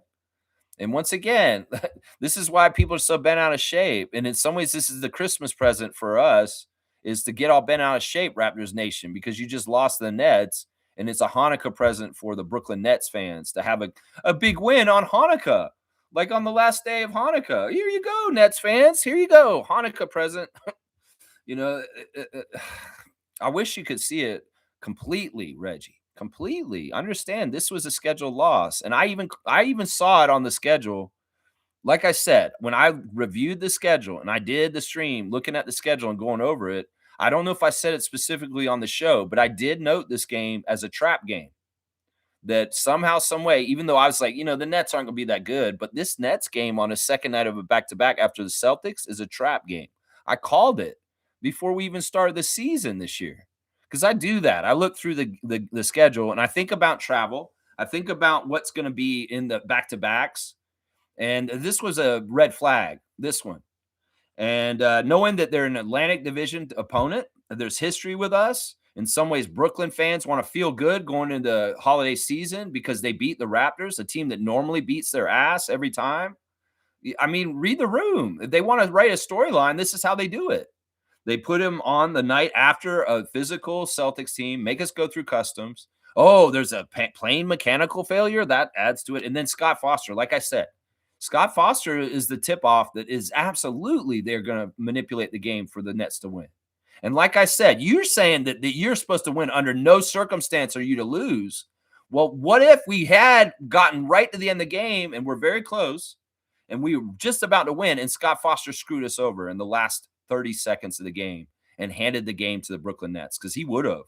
I'm telling you right now, I know this for a fact, that if the game had been close at the end, Scott Foster would have manipulated the game just like he threw Scotty Barnes out in a Denver Nuggets game a couple years ago and absolutely sunk our chances to beat the Nuggets in a close game. You know that game I'm talking about. Scotty Barnes got ejected by Scott Foster when we're playing Nikola Jokic and them, and we're close. We could have beaten them. But how the hell are we going to beat them? All of a sudden, our best player is out of the game because Scott Foster threw him out because he said, y'all be cheating. You know what I'm saying? So I'm going to say this. You could think we're going to beat them, but I'm telling you right now, the NBA was not going to allow us to beat the Brooklyn Nets in any kind of formal way on Sunday. And Scott Foster's presence right there is the absolute safeguard to stop that from happening. We could have played them better if we were less tired and kept it closer and could have been within 5 points. They would have screwed us over and given free throws to the Nets, and they would have won because Scott Foster was directed to go there to give a W to the Nets and their nation on the last day of Hanukkah. I'm telling you right now, that's not conspiracy. That's just the damn truth. And you can go look at that Denver game where he threw Scott out, and that is exactly what he did then too. You know what I'm saying? You guys got to listen to me on this, and you don't have to believe me, but I'm telling you right now, as much as you, and they know that Raptors fans will get up bent out of shape. They lost to the Nets. Oh my God, toxic. They want that effect. It's like you can't, like I said with the call with Infamous, we can't just surface level say, oh, they lost to the Nets. Oh my gosh, we're in shambles. No, it's very, very, very, very intricately laid out to have this to happen. And people can come into my comments and say, this is conspiratorial nonsense. No, it's not. Open your eyes and you will see what I can see. You will see what I can see. And Phil Handy will talk about it on the green room. Tim Donaghy will talk about it as a disgraced ref after it all. There's some truth to what Tim Donaghy's saying about the referees. It's just that they outcasted him. He's banished. He's tarnished. He's all these other things. But he's also blowing the whistle on them too. And they don't like that because those bulletin points come in. They come in and say, okay, no fouls for the Raptors. Give all the fouls to the other guys. Get Chucky Hepburn 3 fouls real quick in the first quarter. These are directed goals that are set in front of the referees, and they have bulletin points they get before games that tell them specific little mini quests in the game. And Evan Scott's was call the game the wrong way with the possession arrow. The ball obviously goes out on Brooklyn. Give the ball to Brooklyn, even though it should be Toronto Raptors ball. I'm telling you, he's not that bad a ref that he can't see that. He's doing that shit on purpose. He's either doing it to get us to lose the ball in that moment and give another possession to the Nets to help them, or he's hoping that Darko will call the challenge and waste his challenge on calling him out. And yeah, you're right, Darko. I did call it wrong. You had to use your challenge though to call it. You know what I'm saying? I mean, we can look at this a lot of different ways. Seymour saying this, I agree, Smooth, but the cards were all against us. They're very much stacked against us. And you know what? If we were not so tired and we were badasses like we were in the 9-game win streak with RJ available, maybe we go through that whole pile of mess and we do get the W at the end against Scott Foster, against the trap game. But we're in a weakened state. And that's by design. You got beat up by the Celtics the night before and you ran your ass off trying to play them. That's all by design, guys. It's all by design. HC saying this, rise and shine. Hope the boys got their rest. I also got that subscription pop up. Just click away and it disappears and you can type and annoying but works. I appreciate that you guys are doing the wherewithal to get in there. And I guess if we're just aware of this right now happening like this, whatever YouTube's trying to do to me, whatever. In some ways, I'm on here, I'm talking to you guys, and that's what's important. I appreciate you guys jumping through the hoops to get in here and still talk to. HC, respect. I appreciate you, man. I appreciate you a lot, man. And you guys check on your fantasy teams. I got an early lead right now. Let's see. HC winning his matchup so far with MK. Just barely. It's like 9-point lead after the first day of the week. Yeah, so get your teams checked out. That's a tough matchup, HC. You could be in danger this week. Meredith's a very good fantasy player. Meredith's got a few championships in the WNBA league that we've got. So, yeah, he's a tough player. So watch out. Watch out. Reggie's saying all NBA teams deal with this stuff. Toronto has always had to deal with ref biases. You have to play through it. I agree with that. The young guys have to learn, but can't be coddled to the point where bad play is still rewarded. Once again, I give them a pass on Sunday night because I know they're absolutely tired. And when you're that tired, you can't play right. You can't play right. And it'll look bad and sloppy. It'll look like weird. And you're like, why is that so bad? Because, dude, these guys have no sleep and they're delirious. It's like that, honestly. Shaq Lindsay saying, I understand what Trevor is saying. I don't care if they win or lose. It's the game within the game. You want to see progress and growth from certain players, for sure. For sure. And I think that's why I say stuff like, Grady, you've been playing like ass, but did I see you get after the ball and get on the floor and hustle? Did I see you chase a guy with the ball behind him and get the ball loose in a deflection? When I see that kind of stuff from Grady, I'm like, that's good. That's progress. Let's get you back going to the way you should be playing. And that's the spark that'll get you there, Grady, is the hustle play, is the doggedness, the scrappiness. That you have to do that, man. That has to be part of your DNA as a player because in some ways that's one of your strengths. And in some ways it's not easy. In some ways you're like, when do I go? When do I do this? Dude, you need to go all out right now and play crazy, like all over the place, energy just all over the place. Because once again, Grady, you're not playing a 30-minute game like maybe last year. You're playing like 10 to 15 minutes, and you just need to go all out the whole time you're out there. And if you're tired when you come off the floor from just a 2-minute stint, that's right. That's good. That means you are going all out. And I mean, I've seen some progress in Grady recently that he's starting to go all out a little bit more. But I agree with this. We got to see progress in each little thing here and there and each individual player and stuff like that. Yeah. Infamous saying, quick question to everyone. Is Die Hard a Christmas movie? All right. You want to do a poll? We can do this real quick. We'll do a poll, an innocuous poll on this stream, just real quick. Is Die Hard a Christmas movie? Since, this seems like it's a poll and we'll do this. It's like we'll do pineapple on pizza. All right. Yeah, let's just see what the Raptor Freaks think about this today. This is our poll question. Is Die Hard a Christmas movie? Personally, I think it is. I think it is because it happens at Christmas. The first Die Hard movie takes place during a corporate Christmas party. And yeah, why not? There's Christmas music in it. There's Christmas imagery. There's I like to think that it's a Christmas movie. I think that people that watch it around Christmas because they like to celebrate, and this is a Christmas movie, and people are like watching it, like, what? You think this is a Christmas movie? Hans Gruber? What is this? Is a yippee-ki-yay, motherfucker? What is this? Yeah, I think it's a Christmas movie. I've always thought that. I mean, The other ones are not so much. You know what? That one with Samuel L. Jackson, that's more in New York, kind of all over the place.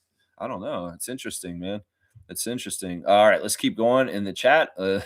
We'll see how this poll goes and see if it is a Christmas movie at the end of it here. That's right. All right. Infamous. Wait, hang on. I want to make sure I don't miss any of the comments this morning. Where am I? Here we go. Wow, you guys really filled it up. I appreciate it. Any of the producers can please give me a cutoff at the end of this here when we're close to that. All right, let's see. All right, Leonardo's here. Good morning, Leonardo. Go Raptors. Good to see you, Raptor Freak Leonardo. Jameson Daniels. Good morning, and thank you for the subscription. Do you think the Pelicans can maintain their hot streak with Zion and Poole off the bench, or are they going to hit reality again soon? I have to be honest, I'm hyper fixated and focused on the Raptors. So I haven't watched any of the Pelicans games at all this year. Now they're bringing Poole and Zion off the bench. That may be part of the reason why they're playing better, honestly. Poole is a weird player. I don't like him at all. I think he's sloppy. I think that he's a black hole on the court as far as like he's not necessarily a great team player. And Zion is just frustrating. He's been so frustrating his career. In some ways, I'm rooting for him as a buddy of RJ's. And I kind of want to see him do something. But, some people have already said that Zion's window to be an all-star and to be a top-level player has passed because he's just tarnished his legacy so much with his absences and just all this different stuff. I think that with that franchise, there are players on the Pelicans that are much better to build around than those two guys you just named. I think that there are. It's tough. I mean, Queen's been awesome. So you guys definitely got a good player in Queen, and I would be moving in that direction with him and trying to maybe mimic the Nuggets with Jokic more and more with your roster build that it fits with Derek Queen. Poole's a waste of time. I'm just gonna say that Poole's a waste of time. And Zion, if he could fucking figure his shit out, he could be helpful. But he is so frustrating. And if you're a Pelicans fan, salute, man, respect, man. And you know what? I know we're gonna play you guys at some point, and I'll have more information about what y'all look like by then. Because I'm very hyper fixated only on the Raptors 905, and I have not seen the Pelicans yet this year. But you guys are saying they're doing better, and it doesn't surprise me that it has something to do with those guys coming off the bench. Herb Jones, Trey Murphy, these guys are great players. Great players. And I've always loved Alvarado. He's such an interesting guy. Shaq Lindsay saying this: I'm happy with BI, Scotty, RJ, Sandro, and Shed, despite the losses. Certainly, I'm impressed with IQ, but still need to see consistency from him. It's those other guys because the investment was there by the organization. And as a fan, you want to see results. Yeah. Well, once again, I feel like we can't really judge our team fairly without RJ out there. It's really evident that RJ is a very like heart and soul kind of player for our team. And while RJ's been out, we've suffered. We have suffered for it. And well, things will get a lot different once RJ comes back. And hopefully we'll see the success we were having when RJ was playing once again with the team reclaimed. Until that happens, man, I'm not going to be too hard on them because we really are missing Barrett. It's crazy how much we miss him. It's like more and more you see it as time goes on. Mr. Quasimodo, good morning to you, sir. We need to stop disrespecting Grady and quickly. Raptors Reddit is straight embarrassment. I know. And I hope these guys don't go anywhere near there. In fact, let me go look at it since Mr. Quasimodo has brought this up. I'm totally with you. All right, they're saying nice things about Elijah Martin in his game last night. Let's see. How do you think Bobby convinced MLSE to choose him this summer? I mean, that's simple. Why would we hire somebody new if we already had the guy here? Ed Rogers, for a long time before he took ownership completely this summer, said I think he was publicly saying that why do we need both Ujiri and Webster? I think we just need one to do the job. I think also that they really, like I said before, Keith Pelly is in charge of MLSE. And before, it wasn't like that. It was like there was nobody in that position. And Masai Ujiri was kind of like between the ownership and the GM, which was Bobby all along. Bobby's been the GM for a long time. This isn't really a change with the team what happened this summer. Rodgers is a cheapskate, and he doesn't want to pay anybody new. He's saving money. He probably bumped Bobby's pay up a bit, but it's probably a lot cheaper to just keep Bobby in there and do the job, because I don't think he wanted to fire Bobby at all. He would have stayed in the GM position and they would have hired a team president.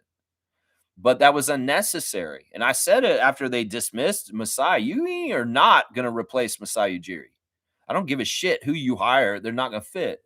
And over the summer, I lobbied that they should just hire Bobby and not hire anybody else. And that's exactly what they did. That was the right choice.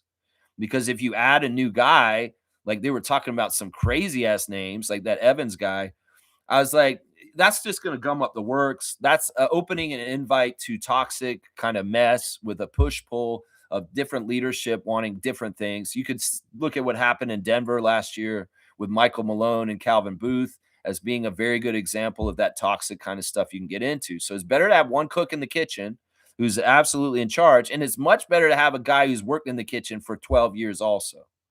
So I don't know. This guy thinks we could have done better. No, this was absolutely the best decision as far as all this. We didn't want an outsider coming in. We had somebody already in that could do the job, and he just kept the job, and he got promoted to head of basketball operations too. So, I mean, that's what I would say to this Raptors Redditor right here. Yeah, man, Fred VanVleet has been doing the rounds. He's showed up with Kayla Gray on her little thing, the shift recently. That's pretty good. Yeah, if they're talking trash about these guys, I don't see it right now, but I'm sure they're way out of pocket, Mr. Quasimodo. I'm sure they are. I'm sure they are. Let's see. Smooth saying this is not a rebuild anymore. Getting Brandon Ingram signaled that there's expectations to win. Ingram would not come here if this was a rebuild. The young guys need to understand that. Yeah, but also their core age is young, and there's inherently learning process of getting to the point where you're like the Knicks or the Celtics. These guys are not playoff tested. These guys are not totally old enough yet to kind of understand the real gravity of what it takes to win a Larry O'Brien in this league. Now, Brandon Ingram, in some ways, you're saying he wouldn't come here if it was like that. No, he just needed to get out of New Orleans. And in some ways, he just wanted to go to a healthy team. And he understands what's going on here. It's not like Brandon's like championship or bust right now. He's just like, I'm glad I'm on a team that is well coached, that the teams are together, and we are striving to grow and get better and better into the future. And, Ingram may be one of the older guys on the team, but he's not that old still. He's only like 27 or something like that. So there's a lot of time with this core, with Brandon involved. And if you think he's feeling like he's wasting his time, no, he's not. He's enjoying himself, and he understands the whole big picture. So I wouldn't say this. I mean, it is a rebuild still. That 9-game win streak that we had this year was part of the rebuild, even if it was ultra successful. This is still a rebuild. I mean, we could declare this rebuild's over, but that's stupid. No, this is a build up until we get the next championship. It's a rebuild all the way up until then. And whether it's we get to the next level, it's like we're making the playoffs. We're a playoff team. Okay, we're getting the second round. Okay, we're getting to the conference finals. Okay, we're getting to the finals and we're winning the next championship. Other teams are more prepared and ready to do it this year than we are. And we've played them recently. The Knicks is a good example of one of those teams, right? Right. Seymour saying this. Tim Duncan called Queen the best rookie, and I agree. He's putting the Pels on his back and flying. Laugh out loud. That's a little thing with the mascot, the Pelicans. I mean, I'm not going to go against a GOAT like Tim Duncan. Tim Duncan knows basketball. In some ways, we don't hear from him very often. And he's saying that about Derek Queen. Well, he's on point then, because Tim Duncan knows basketball. And in some ways, he's one of the most underrated NBA players in the history of the game. And you should listen to Tim Duncan because he knows what he's talking about. That's for sure. Everyone's saying Darko said we are rebuilding, so I'm confused. We're definitely rebuilding. We're definitely rebuilding. We can win while we're rebuilding also, though. Mr. Quasimodo is saying also a loss against Brooklyn was very ref influenced, especially in the first half. Oh, for sure. I mean, imagine it, guys. You're tired. You're really working hard. You're trying, and it can be so deflating when the foul calls are weird. The possession arrow is weird, and the refs are actively fucking with you. I made this example yesterday, and I'll say it once again. What is that movie, Super Troopers? where the deputies are like, you say meow a certain amount of times when we talk to these stoners in the car. Like the refs are the super troopers, and we're the stoners in the car, and we're goofy because we're tired and we have no time. And they're basically messing with us as people of authority in the game by like gaslighting and saying, no, that's out on you, even though it's very obvious a Nets player hit it out and Evan Scott's pointing the ball for the Nets. That can be so deflating if you're tired and you're using every ounce of your energy to try and fight and you think you did something good. That's why the call that Scott Foster did, that was the dagger, was we finally were starting to get some energy up. We're building energy, which we have hardly any at all. Scotty gets a steal in the lane, and we're just about to run down the court and get a dunk and win. Scott Foster's been around too long. He's seen that happen before. He called a foul right away on Scott and killed it. He killed it right then. He killed our momentum right then because we were all over the place trying to steal. We were getting into them. We finally got the ball loose, and Scott Foster decided, no, that's a foul. I'm going to kill this momentum right now for the Raptors. And they even, because who knows, we got that layup and we start building energy, and all of a sudden we're coming back and we take the lead, and the Nets are in threatened to start. Scott Foster's not even going to let you get going. He squashed it right away. He squashed it right away. You can watch that play exactly, and you'll see what I'm saying. He's not calling half the fouls out there, so don't give me the shit to say, oh, Scotty did foul that guy, that's why he called it. Bullshit. He's not calling half the fouls out there. The refs don't call half the fouls anymore. They pick and choose when they call the fouls. And if you look at it from that way, it's like they're not subjective about it. They're very much calling it when they feel like it's the best place to call it for what they want to do. That's it right there. That's it right there. That's it. Smooth saying Darko's too nice. He's still learning to be a coach. He's not too nice. There's a whole other side to Darko that we don't see publicly. Trust me, he tears into those guys. I've seen it a little bit at times, and I'm like, holy crap. Actually, Darko is not totally a nice coach. He is very strict with them and very much holds them accountable, and he will rip into them. It's just he doesn't do it publicly in front of people too much. Like, we don't know what goes on in their locker room. As much as he's bouncing around, yelling like, whoa, we won. I'm sure he can get very angry and be very stern and very critical and holding the players accountable. Trust me. I think that this is one of the biggest myths right now around Raptors Nation, that Darko's too nice and he's not holding the team accountable. That's bullshit. You guys think that because of his interviews afterwards? You think that because he seems like, because everybody says he's such a nice coach, we love him. Well, they do love him. But part of the reason why they love him is he won't call it. Brandon said this recently in an interview. He said, coach holds me accountable. He'll tell me things that I don't necessarily want to hear. So let's not put this out here, Reggie, because it's not true. It is not true. He is not too nice. And we don't see that stuff. He's a smart coach. He hides it. He has it in the background. And he's not putting it on front, because in some ways that's toxic. And people run away with, if he came out in the interview and did like what Nick Nurse did to Chris Boucher or Gary Trent Jr., the fans would just jump and pile in on it too, right? And Darko's smart about that. He wants to keep it in the circle of trust behind closed doors and where nobody else is going to see it, and add more to it just from toxic noise on social media.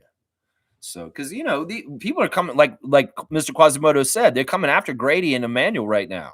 Does Darko need to come into the interview and say, yeah, Emmanuel, quickly, what are you doing? And say all this stuff. And then Raptors Reddit is even crazier going after him. He's being smart. He's being smart about this. That's right. Yes, loyalty. That's right. Loyalty. That's right. G saying, I am with Blackhawk, and on drop back-to-backs, it is the easiest way to manipulate schedules, but more importantly, injuries are on the rise, so this may be a way to help too. Yeah, I'm starting to get with you guys on this movement too. Some people say it's just a necessary evil of the league and the schedule to condense it, to be able to have it in the period of time that they want to have the league. And, they're not about cutting games back because they're money. So there's got to be some sort of solution. And we've talked about it a couple times, different ways, like maybe the season starts earlier and maybe they cut down on preseason. There's all kinds of different ideas. And they're trying to discover this stuff and figure it out. I know that this is something that is very useful for them to manipulate stuff with. The back-to-back is a very useful way to kind of give special help to a certain team by being the team that's not on the back-to-back and the other team is. The other team is, yeah. Wayne's saying this: there's a lot of quality new infotainment media being produced. Oklahoma was truly a historical project highlighting how First Nations were killed for oil rights. No other movies on that history. Well, I'm glad that there is good stuff being produced out there. It's just I'm just not finding it. I don't know. Maybe I'm weird. Maybe I'm weird. I'm an old media guy, and I just don't like how glossy everything is. I don't like CGI. I don't like fake stuff. I want the real stuff. I like the old Star Wars where you could kind of see the string where the spaceships were flying around. I don't know. I'm sure there's really good stuff out there though, and I mean I'm not dissing people that want to watch new media. It's just that I'm a legacy media guy, and I would much rather watch an old episode of WCW Nitro than AEW or the current WWF product.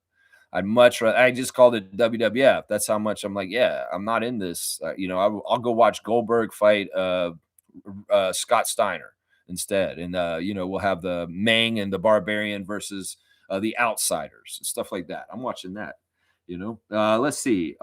Infamous is saying, like NBA Chev said, the real season doesn't start until after Christmas. Okay, that's interesting. Yeah. Bryce is here. Good to see Bryce. But since listening to him on Player's Choice is actually kind of crazy, he disrespects RJ and IQ any chance he gets to push the Scotty narrative. You're talking about Chev? Yeah, I mean, that's weird because Chev's a New York guy. He was a Knicks fan, and he's dissing the Knicks guys that are on our team. That's a little bit of a red flag. Neil's saying this: Lex, we need to find a big that understands there is gold in rebounding and dominating the paint. We're looking at a center to be embodied with dominating, regardless of their size. Yeah, it's a tough thing to meet because the NBA is a fast league now. And part of the reason why we've shunned having a center on our team is because we've tried to be a fast team. And that was all part of the wings, the 6'9" project, is we'd fudge it by having Precious be the center, and we'd run around and be so mobile and trapping and doing all kinds of like switchable stuff is really like the basics of that whole Nick Nurse scheme that we were doing.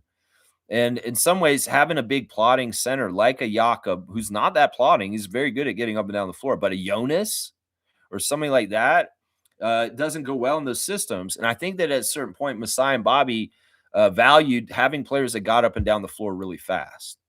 And to find a center that can dominate the paint, rebound, and hold strength in the lane and get up and down the court at a high tempo is very, very tough. Those are not common. So it's a tough thing. It's like Sandro can get up and down the court. He can hit threes. He can do a lot of stuff, but he isn't necessarily the full size center that can hold the biggest guys in the league. It's a trade off. He's kind of like on that spectrum, and he's kind of close to what we want exactly. If he was just a little bit bigger, right? But Sandro's fantastic. In fact, Sandro is on a list on ESPN right now, the most valuable players in the league. There's like all value team, and we got mentioned on here.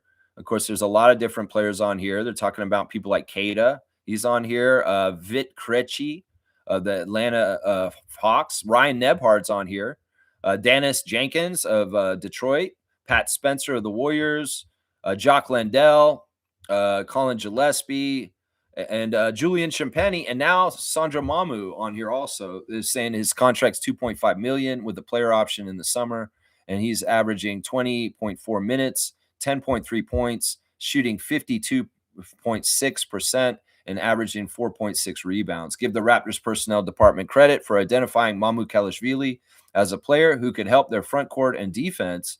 Signed a 2-year veteran minimum contract in July. The 26-year-old forward has had his minutes double from his final season in San Antonio last season. And Toronto is plus 9.2 points per 100 possessions when he's on the court. Since November 21st, Mamu Kelishvili has averaged 11 points and 5.6 rebounds in 22 minutes, including an 18 and 7 line as a starter in a recent win against the Bucks. So yeah, Sandro's on the all-value team, and we knew that, but it's nice to see ESPN taking note of one of our guys in this kind of way. For sure. All right, let's see. Wayne's saying this. I follow other sports and leagues, and we can't whine about the system when we play like shit. The right coach with the right squad that's ready to ready battle warrant beats the manipulation. Make your damn shots. Yeah, I won't disagree. There's a path for us to beat this, but it's a very tough path. It's almost impossible, seriously. And I mean, look, I know some people are mad at me for making excuses when IQ won't make excuses, but I will make excuses for them because I can see the whole thing, and in some ways, I'm giving them a pass on the Nets. I'm sorry, guys. There's other games this season where I got absolutely mad at them because I know they lost the game. Whether it's like Dallas at the beginning of the season, whether it's the home opener against Milwaukee, whether it's even the game against Boston on Saturday. In some ways, I would say that they had a better chance to beat the Celtics on Saturday night than the Nets last on Sunday. And y'all may look at me and be like, "What? You're crazy." No, I'm telling you right now, they had a better chance to beat the Boston Celtics on Saturday night than the game on Sunday night against the Brooklyn Nets, guys. It's just that that's how much more was stacked against them on the game on Sunday. And I mean, like I said, I get it. It's a tough league. It's hard. This is the assignment, and that's what IQ said. This is why we get paid the big bucks, and this is a tough league. This is just the life of NBA. I get that. I get that. Bryce is saying this, and then you told me the situation with Fred. I watched him react to the recent Fred interview podcast, and he claims everything he said was BS. Wait, what are you saying? And then you told me the situation with Fred. I watched him react to the recent Fred interview and podcast, and he claims everything he said was BS. No, what happened was when he talked about Kawhi Leonard, the clickbait artist clipped just him saying that Kawhi wanted to leave no matter what. And it caused all kinds of ripples of misunderstanding because people are shallow and so like fake with like what they put out now. They'll take one statement, misrepresent it just to get a lot of clicks. And people were like misinterpreting what Fred said about Kawhi. And he was kind of elaborating with Kayla Gray on the shift that he's got to be really careful with his podcast because he can get cut out little one sentence and they can really extrapolate it into something totally wrong what he's not saying. So it's tough. In some ways that's something you have to worry about when you're speaking publicly is you can get edited to sound like you're saying something totally different than actually what you're trying to say. This world's getting more and more fake. It's crazy. Like I was just saying, I was watching WCW Nitro last night on WWE's WCW channel, and they're going in and they're altering the old shows on the down low, and some people may not even notice it. Like one way they alter it is they've been taking out all references to pay-per-views. For some reason, Vince McMahon hates the word pay-per-view. So he's changed it to a thing called mega event.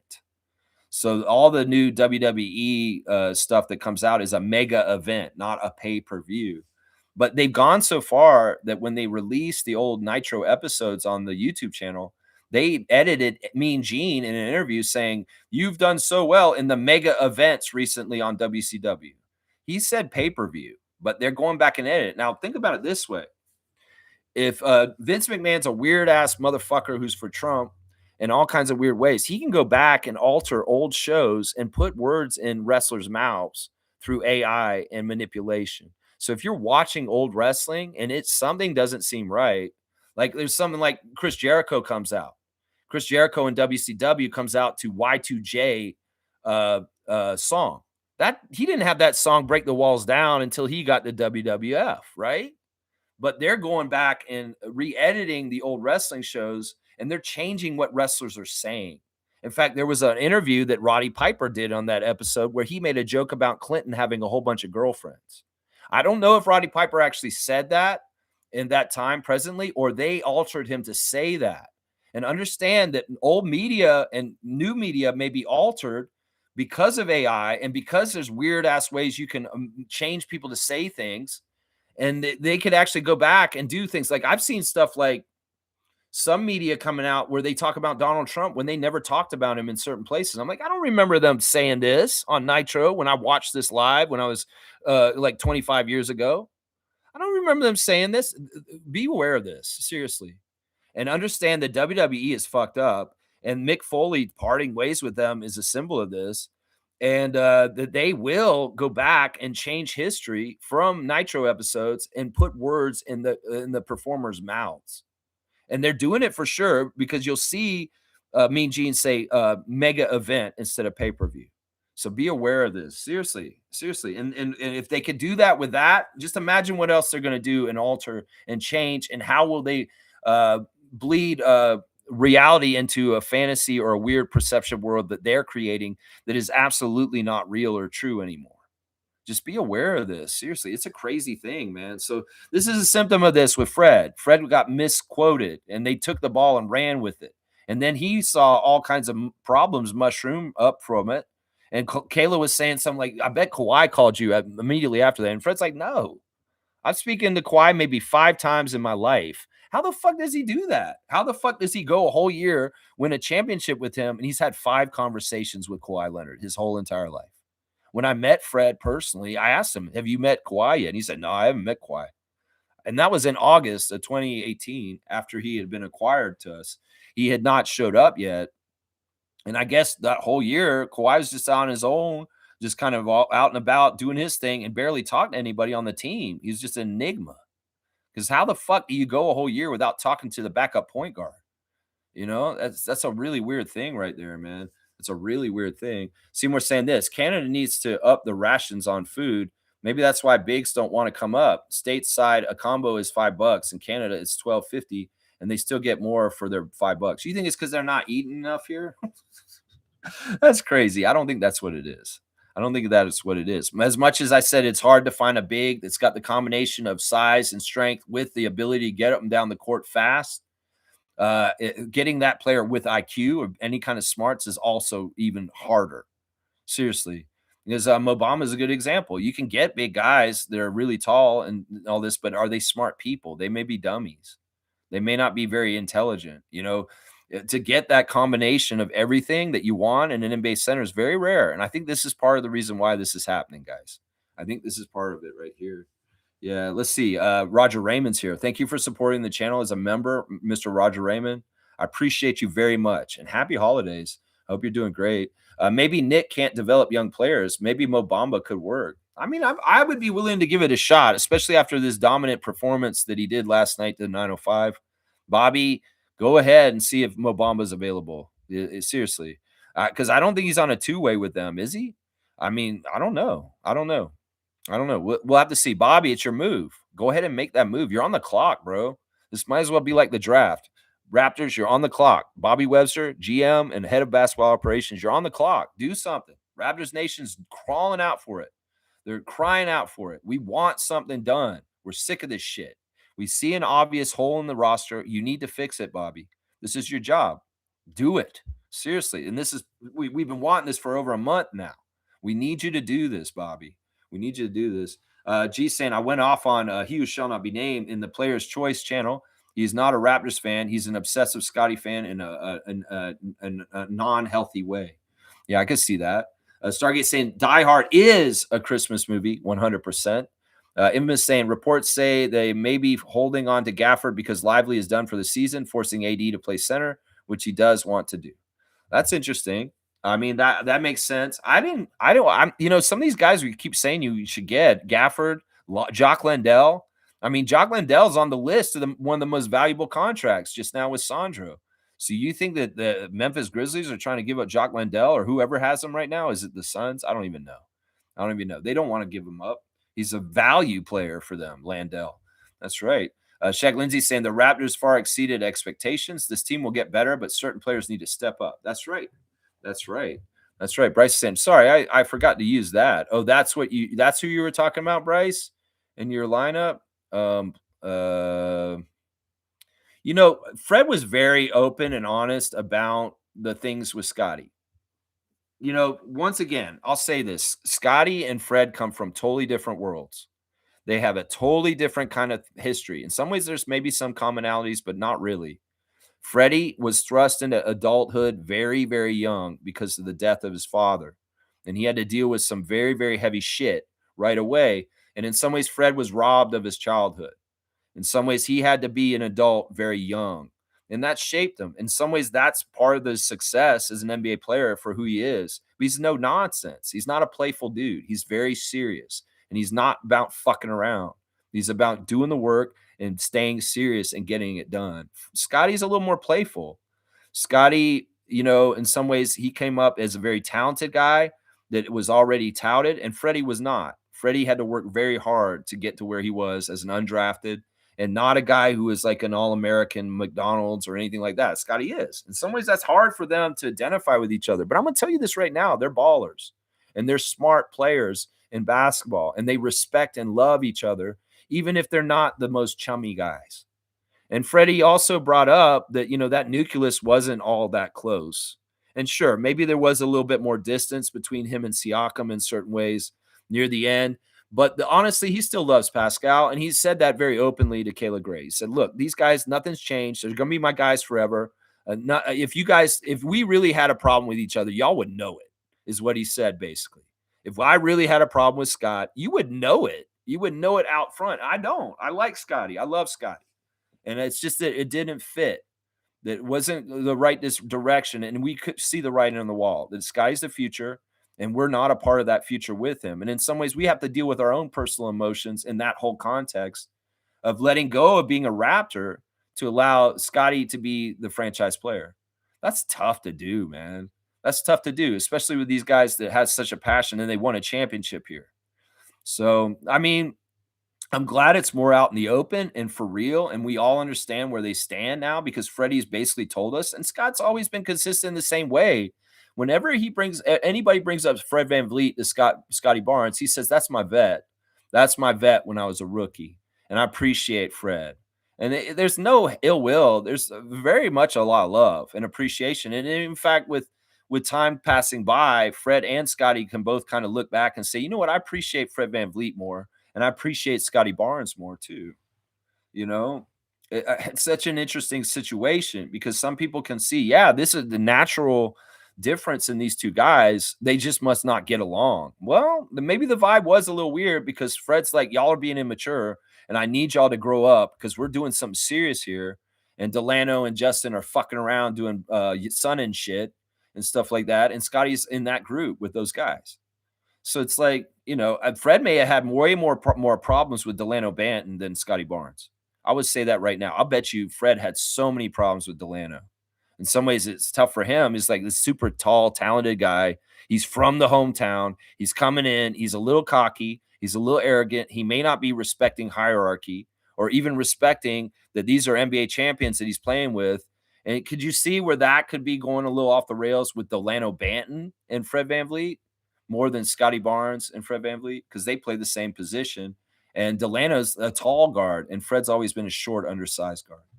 I mean, I'm going to lay it all out for you if you want to see it. That's right there. That's right. That's right. That's it right there. That's right. Mr. Quasimodo is saying not would have. Scott Foster did. That's right. He's saying he did affect the game. He did. He definitely did. That's the thing, man. He's nefarious. Whenever his presence is there, you have to be on your toes with the refs and thinking that this guy is going to do something to alter the course of the game because that's who he is.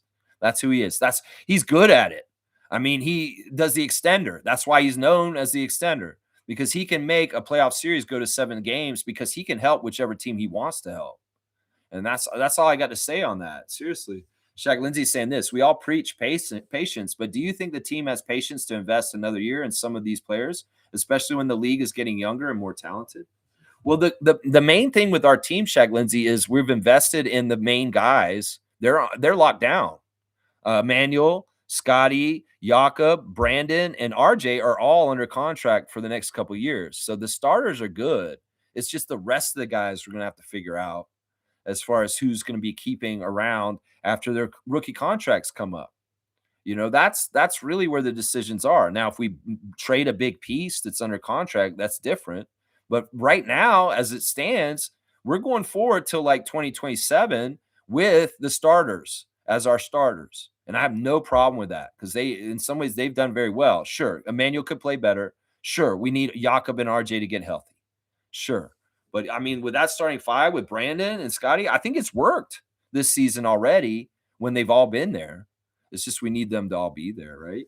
Right? Seymour's saying that part, Shaq. That part, yeah. Shaq Lindsay saying Dick, Jacoby, and Oshai are not rookies anymore. No, they're not. They're third year, a fourth year, a fourth year, a third year, and a second year is what they are.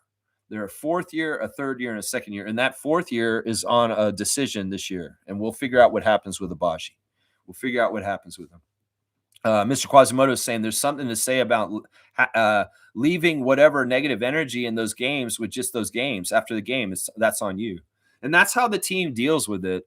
You know, they'll watch the tape and they'll learn from it. But they need to carry all the negative energy, the exhaustion, all that stuff like the fans do? No, they don't. Because they'd be burdened down and it's not worth it. It's not valuable. It's a clean slate. They're going to play the Miami Heat today and they get to write a new story today. And that's the way they look at it. They're not holding their head like some of the Raptors fans are right now. No, they're not. They're keeping their head up high and they're going into the next one with the attitude that they can win with a full night's rest. That's what I say right there. They can win with a full night's rest. Kareem Thomas is here. I just want to see a valid effort tonight, win or lose. You will. You will. I'm going to tell you that right now. You're going to see a way better effort tonight because these guys hopefully will be rejuvenated, recharged, and we'll see them hopefully outplay the Heat, scrappiness, getting the loose balls, doing all the things that a winning team needs to do because this is the way these games are with the Miami and Toronto. They're just like this. They're a fight.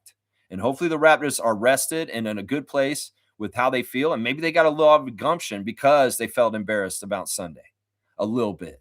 And they want to write a new story tonight. That's right. Infamous is saying Donaghy was going to put out a book about the cheating scandal and the NBA shelved it and never allowed it to see the light of day. Yeah, they have a podcast called the Whistleblower Podcast where they went and looked at all this stuff. They looked at the mob ties, the FBI investigations, how it was handled, and how they squashed it. You know, basically, the NBA worked with the FBI to just dismiss their whole entire investigation because it found so much stuff. And don't get it twisted. Adam Silver and David Stern are shark corporate lawyers that are very, very powerful guys as far as like we will be litigious and we'll do this and we'll do that. So, you know, there was a lot of different things that went there to silence him.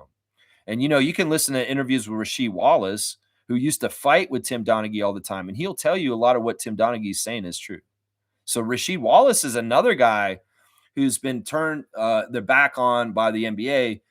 And he is kind of excommunicated because he's been very open and talking about some of the same subjects that Tim Donaghy's talked about. So you can go look at all this stuff. If you're interested in it, you can find it. You can find the things Tim Donaghy has said or what he would have said in his book and go watch Rasheed Wallace. He will tell you some things too. Seriously. Trucker Kaz is here. He's waving to everybody. Hi, Kaz. Hi, champ. Kareem saying that pop-up is just another way for you to subscribe to the channel. No biggie. Yeah, maybe it's helping my stats. I appreciate you guys are real ones that go through it, man. I really do that. Yeah. Yeah, I love all of them. Okay. Kareem saying, I heard people coming for my crown is in different avenues. I'm selfish. I may just retire before I lose. Stay tuned, December 31st. Well, the clock is on because it's what? 31st is the last day of the year, and Isaac is currently ahead of you right now, but it's only like a point or two ahead. So it's very competitive. The dude's just been really funny, but so have you. So, you know, there's still time on the clock, man. We'll see. We got to do it naturally. And if you try and force it, I'll know you're trying to do that. But I know you guys can get me to laugh. And I fully expect you guys to do more of this in the last week of the year. Seriously, after Christmas, I'm sure you guys are going to be in that fourth quarter crunch time mode. And I hope that it's very entertaining. All right, let's keep going on this. But yeah, you are down right this second, right now. You are down right now, just barely to Isaac. I see you have a bunch of comments, so let's see if you're gonna get it here because you might.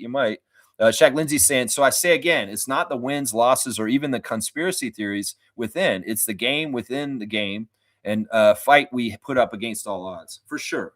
For sure. And if we're a really good team and we have depth and we have the things on our team that we need, we can go through these fires that are very, very not fair and tough and still win. I agree with this. It's just that, you know, Sunday was not going to happen.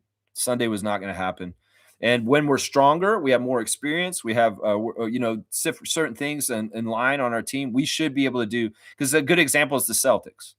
The Celtics on Friday night played the Miami Heat in Boston and beat them, played a very, very scrappy game, a tiring game, and then they came as professionals to Toronto and beat us on our home court too. And in some ways, that's impressive. but that's a certain level of what you're talking about, and we need more on our team, Shaq Lindsay. I say it right there. Yeah, HC saying Bruce Willis not looking too good. Dementia got the best of him. Doesn't seem to have much time left. It's not really dementia what he has. He has this dissociation issue where he doesn't know people anymore. It's not exactly Alzheimer's. It's aphasia or something like that. I think is what they call it. It's very sad. It's very sad because loved ones, they're just not recognized anymore. It's not exactly Alzheimer's. And I don't know if he's near the end of his life or if he's just going to be like this for a while, like this. There's no telling. Another person that's like this that we don't ever talk about and you don't ever hear about is Jack Nicholson. Jack Nicholson has gone in this direction in the last couple decades himself, and he's so out of the public eye. He's not dead. Jack Nicholson is still alive, but he is absolutely not with us mentally at this point. So we don't know. You're saying that he may be dead soon, but I don't know if he will be because honestly, Jack Nicholson's been surviving with dementia for a while already. So it's a tough thing, man. Seymour saying, "Wow, you didn't know that? Eye opening." Shaq Lindsay saying, "Because that was our identity during the Kyle and DeMar years." I'm not going to disagree with you. We got to go through it. It's not like they're going to change it if we whine and cry about it. We need to just go ahead and go through it and defeat it, and we will. We did it in 2019. We'll do it again. We'll do it again. I love that Fred says the greatest team that he's ever seen or been on is that championship team for the Raptors.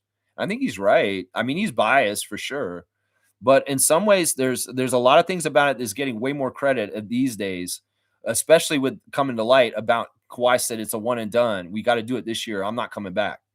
So that there's a lot more respect coming towards the 2019 NBA champion Toronto Raptors from all kinds of different people in different ways at this point. It's pretty cool. Kareem saying Die Hard is a Christmas movie. It's in a Christmas setting. Yippee-ki-yay, motherfucker. Basically means Merry Christmas and blessings to you and your family. You go try that in the next couple of days when you go to meet your family up. Come in and say that to them and see what they say.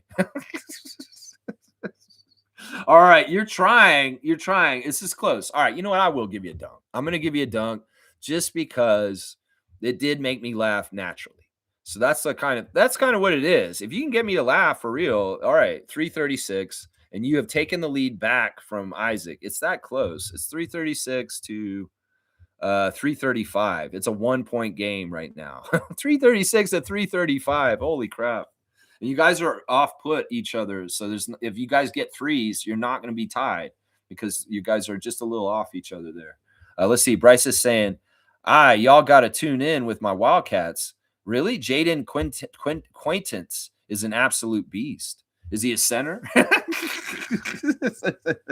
I'm not watching any college, but I'll respect your insight on the Kentucky Wildcats being a bluegrass native.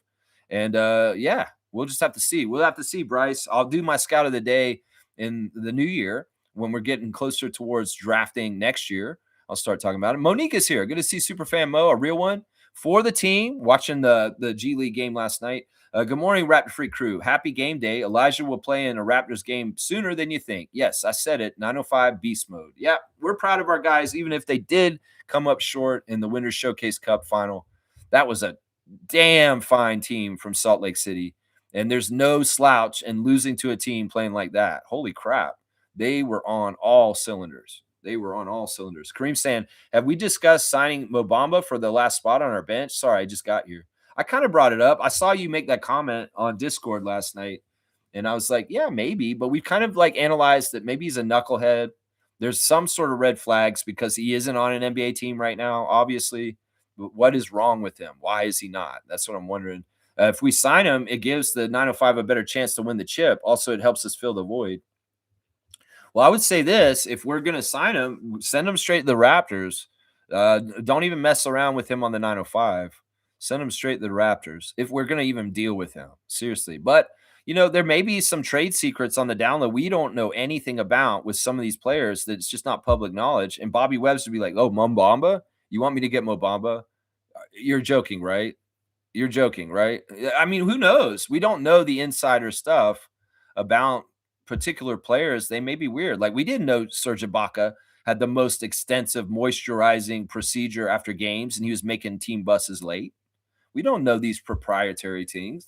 Maybe there's something weird about Mo Bamba that isn't attractive to most of the teams in the league. And Utah's just like, yeah, we'll put him out here in Utah, in Salt Lake City. Maybe that's what it is. Maybe Mo Bamba's a partier. Maybe him and Bol are just trying to live that life, the NBA life, and they're not serious and they're not doing things. So the only way Mo Bamba works is if you put him out in the middle of Mormon country, out in the middle of nowhere. Maybe that's what it is. I don't know. I'm just speculating here. I'm just trying to fill in the blanks with ideas of what it could be, right? I don't know. Let's see. G saying teams know we need a big, so they most likely will play hardball with us in negotiations. That may be part of it. It could very well be that. We speculated that before. I remember a couple years ago, the Cavs had a ton of bigs, and I was like, man, Cavs, why don't you just trade us one of your bigs?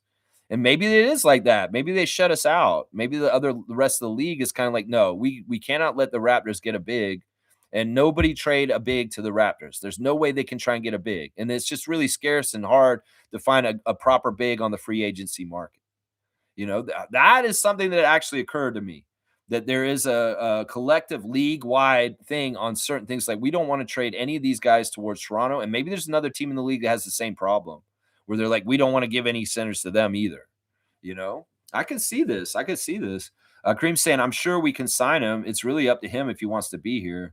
I don't know if we can sign him. We don't know all the parameters. We don't live on the moon.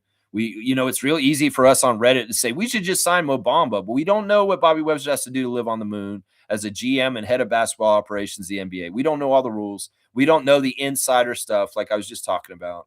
And there could be some whole other thing that you don't even have any idea about. And it's not that simple as just, oh, if he wants to be here, he'll come. There may be a lot of that that we just don't understand. Plus, in-game ops would love to play La Bamba every time he scores. They wouldn't play La Bamba. You think they play Richie Valens? La Bamba. Mo Bamba.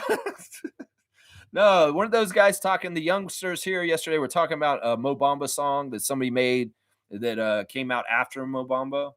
The song is about Mo Bamba. Mo Bamba was not born and named after the song. The song is after Mo Bamba. That's what we found out yesterday. I think Gerald was talking about that. Yes, that's true. Almost lost the whole idea of how much an improvement this is compared to seasons after 2020. Yeah. I mean, come on, guys. Let's have a little bit of a memory and remember the different eras of the Raptors. And we're in a good era right now. We're in a good era. We could be in another year and we're in hell. Trust me. We could be in another year. That's right. Mo's giving my cutoff already. I appreciate that. I'm 211 and I do want to get done soon. I have to go to the dentist today. So, yeah, I got to finish up. Thank you for giving me the cutoff. Monique, my producer, I appreciate you so much. Super fan. Wayne's saying this, hate to repeat it. Basketball is a different game. However, it still involves a group of players. Raptors are not horrendous without RJ, but weaker with Yak gone too. But the team shouldn't be bad. We're five. We have five guys. Yeah. Most saying, Lex, I tried my best with the 905 game for you and more. Don't worry, I watched it. I have my ways. Don't worry, Mo. It's all good. I watched the game, and I kept up with it. I understood exactly what was going on in the game, and I was able to react to it on the stream fine. I talked about it earlier in the chat. So, don't worry. I appreciate that, though, and I appreciate your heads up because they did. They decided not to air the game on YouTube for free in Canada last night. And that to me, I can get conspiracy theory about that too. Look, we have a Canadian team in the finals, but I think the infrastructure and the way they set it up, they weren't planning on having to put it on YouTube in Canada because they didn't expect the 905 to be in that game. So they didn't have it set up prearranged to do that. And that's why the game was only on NBA TV Canada here in Canada last night. So all the YouTube watchers couldn't watch it the way they did. But, we persevere. Let's just put it that way. We persevere. Neil's saying this, to counter ref manipulation, it should be one challenge per half. No success rule needed. I kind of like the way they do it now, that if you're going to call a challenge and you lose it, you just lose it for the game. But if you get it right, you get to keep one. And in some ways, some people would say the challenges need to go away because they're useless anyway. I don't know. That's not true. Because in some ways, there are bad calls by the refs. And in some ways, you want to reverse it, and it's very crucial. That can really be some gamemanship and really masterful challenges called. Trust me. And in some ways, it's like the whole deciding what's worth it when to call it or not. And when do you use it? And when do you absolutely use it because it's near the end of the game and it's a lot closer than you thought it would be? And boom, you could use a challenge. It could change the game. It could change the game right there. Yeah. Let's see. Kareem's saying, Wayne Strainer, have you watched Killers of the Flower Moon? Crosstalk.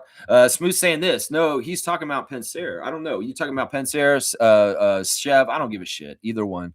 I love Chev. And honestly, a day when we don't bring up Robert, I'm happy. And there's been a good streak of that. Y'all brought him up today, though. And I'm kind of pissed, honestly. Let's see. Neil saying this: get rid of back to back, and you reduce injuries, travel issues, and back to back doesn't exist in playoffs. Everything should be like the playoffs. How you build it up. I'm okay with this. I love that, man. I love that. Yeah. I skipped your first comment. It's about him. Well, I'm glad. In some ways, I don't want to talk about him. In some ways, I've covered him enough just now. I apologize for that, Bryce. I apologize for that. I think I covered the Fred and Scotty stuff pretty good. And if he's talking about anything else, I don't give a shit. If he's critical about our players or talking out of his ass, in some ways, like I said, I only want to acknowledge him unless I absolutely have to. In some ways, there's no segment on his show where Lex goes after he shall not be named because he's a knucklehead and he says dumbass shit. In the past, he was talked about on this channel a lot at certain times, and it was when Fred was on our team. But at this point, like, look, if I don't have to talk about him or even acknowledge he exists, I'm happier. And most days I don't, which is great. Which is great. Yeah. Yeah. Chev is not on the player's choice. That's Hughes shall not be named. Okay, so it's not Chev coming after the New York guys. Okay, I'm glad you guys clarified that. Neil saying 6'11 guys can be fast, have length and strength. That's what I'm saying. We need strength, length, and be quick. And if they're smart too, that would be good. If they're kind of intelligent. Yeah, 6'11 really is the perfect medium for a big. Yeah, I mean, unless you're 7'5", Victor Wembanyama, right? Wayne's saying this: Kareem to the rescue. That's the movie I meant. It's about Oklahoma, but the name is Killers of the Flower Moon. Get out of the shell, Lex. Not talking about fluff, but intellectual content. Well, I don't pay for media. I'm watching YouTube for free. I'm not trying to have a cable bill. I'm not trying to buy any streaming service. I'm just in a place where I'm like, I can watch whatever I want and be entertained. And in some ways, I'm not trying to pay any of this shit. And that's why I don't see this stuff, because I don't care. I don't want to see it. I watch Survivor for free through this global website when they put it up the next day. So that's a big part of it, guys. I don't have Netflix. I don't have Hulu. I don't have Crave. I don't have any of the streaming services, and I don't have cable. So I watch YouTube, and that's it. I watch YouTube, and I am fine with it. I'm just a nostalgia guy. And in some ways, I'm not for new media. These shows are probably fantastic, and I won't disagree with you guys. Like Andor, I tried to watch it. Adriana at Disney Plus, I tried to watch it. I just couldn't get into it. I did really try and watch it.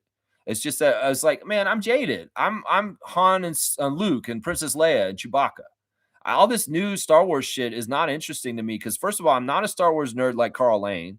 I don't know all the stories. I don't know Rosario Dawson's character or the history of this character or that. I don't give a shit. I barely even watched The Mandalorian. Like, I watched maybe 5 episodes of Mandalorian. I didn't even watch the whole thing. It's just not that interesting to me. I don't like fiction either. I'm more a reality show guy. I'm more into like biography, A&E. I'm more into documentaries. Fiction's interesting and fun, but my favorite medium, if it's going to be written, is comedy, situation comedy in a half hour. I don't like hour-long dramas. I don't like any of the CSI, Law and Order shit. I barely liked, Breaking Bad was one of the exceptions of a drama series that was written that I actually got into and watched. I tried to watch Game of Thrones. I hated it. I stopped watching it in the middle of it. So I'm just saying, man, it's just my tastes. I'm more a reality-based guy. I'd rather read books like Oren Weisfeld's book on basketball in Canada or We the Raptors than a fantasy book or a book of fiction. I don't know. It's just me. It's just my taste. But yeah, I'm sorry. I'm not going to spend money to go see these things. I'm sorry. I'm not going to. It's not on my budget. Let's just put it that way. Super fan saying this, man, there's a few games on the schedule we should have won. I hear y'all. Yeah, for sure. For sure. Kareem saying, bro, I love that movie. And if you, Ray Drummond from the Food Network, she has a show and it's on the same acres where that movie is about. Her husband and grandfather killed the Indians to get the land on. All right, this is, man, that's heavy stuff. Very, very heavy. Indigenous issues, I'm for sure on their side, and I believe in a lot of kinds of things to come right with that energy from the past and atrocities. Anyway, that's a whole other level of things I don't even want to get into today, guys. Mr. Quasimodo is saying Lawson could be a good sub for Barrett or Ingram. I agree. I have more confidence in AJ Lawson to help the Raptors, and he hasn't even done anything to help the Raptors right now than Jacoby Walter and Grady Dick. If we could get AJ Lawson in the rotation for the Raptors ASAP, Darko, that would be smart because he would help us immediately. And I don't understand why you guys aren't using the two ways more. Maybe you're saving them up for later in the season or something like that. Either way, we need these guys. Our bench sucks. And AJ Lawson can fill it up. That's what he does. He can fill it up. Wayne saying, fantastic Kareem. 3-pointer for Kareem. Solid input. Too much learned, proven content to focus entirely on All in the Family content. Mere fact, Vince McMahon manipulating content, proof to ignore. Yeah. I mean, I'm almost unsubscribed to the WWE channel because of what I saw. And I'm seeing like Mean Gene saying big event, like whatever they say now, mega event instead of pay-per-view. I'm like, yeah, whatever they're putting words in their mouths at this point. And you can't trust the old stuff if it's coming from that and they're altering it and editing it. So, yeah, it's just my choice, guys. I'm sorry. I'm not a new media guy. I'm an old media guy. I'm a legacy media guy. And in fact, I go watch a DVD or listen to a CD and stuff like that because in some ways, physical media is going to be very valuable at some point. Watch. Watch. So keep your old DVDs and CDs and shit like that. Trust me. And your video games, too, because everything's going digital and you can just get it yanked from you at any moment. That's another thing, man. I'm worried about money, right? They're starting to do weird things with money, and they don't want us to have paper money. That's a way of, Anyway, let me keep going. Cool Cat saying, good morning, Rap Free Crew. Good morning to you, Coach. Good to see you. Chloe saying, I hope we go with the two ways from now on. Put Grady and Jacoby in the G League and put Scare on them. Yeah, I mean, I don't know if that's totally necessary to do that. We don't have to send them down to bring those other guys up. There's no counterbalance. I mean, we can figure this out. It's just I think that they really wanted to give Andrew Jones a real good run with these guys and do what they're doing. The undefeated stuff was awesome, and it just kind of snowballed. And they're like, yeah, we don't want to rob Andrew Jones of the ability to do his best by taking Mobo and the two ways away from them. Because honestly, we could have used Mobo this weekend, obviously, against the Celtics and the Nets. But they wanted to see it through with the Winter Showcase. And they may even ask Jonathan, would you like to see this through with Andrew Jones and them? Oh, of course, man. I want to try and win this thing. I'm invested in this streak right now that we're on. I mean, I'm sure that may have been part of it right there. Cool Cat saying Fred shared that if the owners are looking to sell, well, it trickles down to instability everywhere. Also, changing the guard with Scotty drafted. Business is brutal to human emotions. I know. And this is a crazy thing. We did this channel when this was all going on, and we speculated some of this stuff. And now we get some of the answers with time passing. And I feel good about what we represented on this channel compared to other channels about what was going on. I think we were a little bit more accurate on certain things as far as the confusion during those years, those first couple of years with Scotty and Fred still on the team, because there was a lot of stupid confusion. And in some ways, I'm just glad Fred's an emotionally mature person who's extremely intelligent to see the whole big thing. And he has no hate. He loves Toronto. He loves the Raptors. He's still rooting for us. He said that publicly. He has no hate towards Scotty. And in some ways, sure, things could have worked out differently and he would have been a Raptor for life. He would have loved that, just like Siakam, just like Norman. But it didn't. And these guys are all in good places since. And Fred sees that. He's like, I love what I'm doing in Houston. I love the opportunity to try and win with Kevin this year. And the Houston Rockets are doing well. Norman's doing fantastic. Pascal's doing great. OG's doing great. What's the hate? What's the hate? It all worked out for everybody, except for maybe Nick Nurse. That's what I'll say, except for maybe Nick Nurse. Freezy saying this, good morning, fam, and happy game day. No Jakob, no RJ, no problem. Let's win again versus the Heat. I like that. Wayne saying, I see us a solid number 5. This team is not going to be losing more than we are winning. We know, and our opponents know our weaknesses. It's for us to adjust and adjust to other teams' adjustments. For sure. We need that big. Wayne saying Mobamba prefers to read a good book. Very bright guy. He looks the same way after 5 years. Very easy pass. Can't emphasize my disapproval though enough. So yeah, Wayne's about no Mo Bamba. No Mo Bamba. And Monique and I used to want Mo Bamba so bad a couple years ago on this team. I don't know, Mo. What do you think, Monique? Do you like Mo Bamba from what you saw yesterday?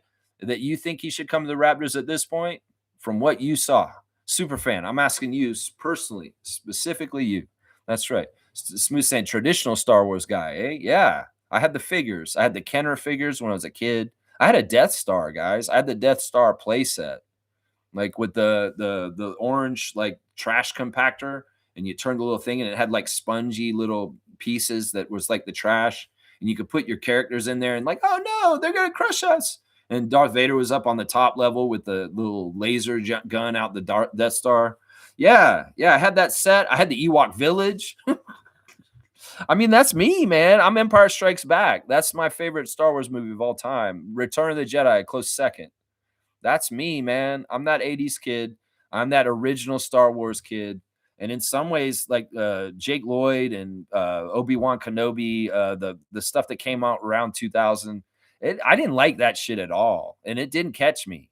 It didn't catch me. I've come around on Revenge of the Sith, but I still hate the other two, Attack of the Clones and the other movie. I think that they're not Star Wars movies to me like the old Star Wars are. And I guess I'm just a traditional guy. Yeah. Totally. I'm George Lucas is in charge. He's doing all the work. It's his baby and nobody else is in charge. Maybe he has a director he fights with, but that's it. That's it. Wayne saying, agreed, Lex. No paid media for me. I hate all legacy media. I'm a pirate. Agree 500%. Yeah, I mean, I understand that things are changing, but in some ways, there's just something comforting about watching like an old episode of I don't know. I watched some really crazy shows like News Radio or there's old episodes of Pee-wee's Playhouse on YouTube. You can watch that. There's so much stuff to watch, man.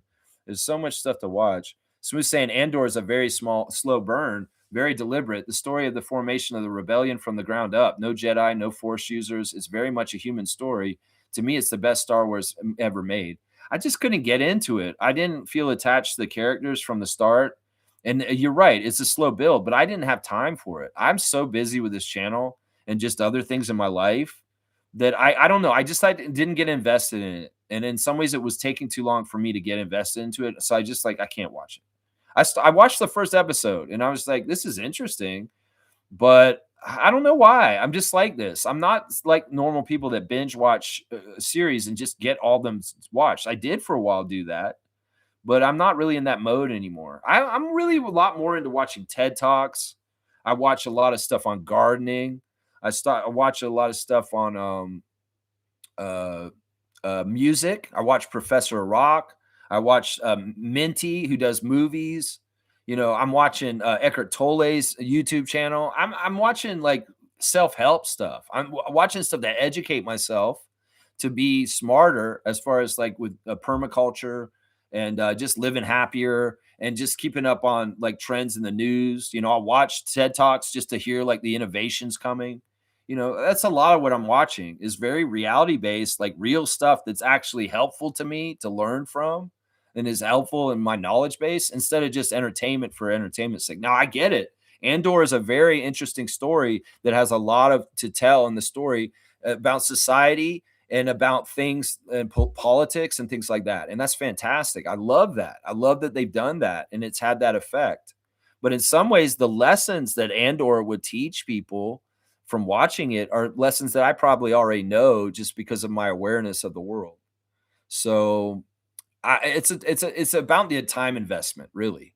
And in some ways, I'd say I'd rather watch a gardening channel for like 2 hours and learn insight on an area that I have no idea about in some ways, and I'm still learning and I'm getting better with is like gardening and stuff like that. So, but yeah, I bet Andor is absolutely one of the best shows that have come out in the last few years, for sure. And you think it's the best Star Wars ever made?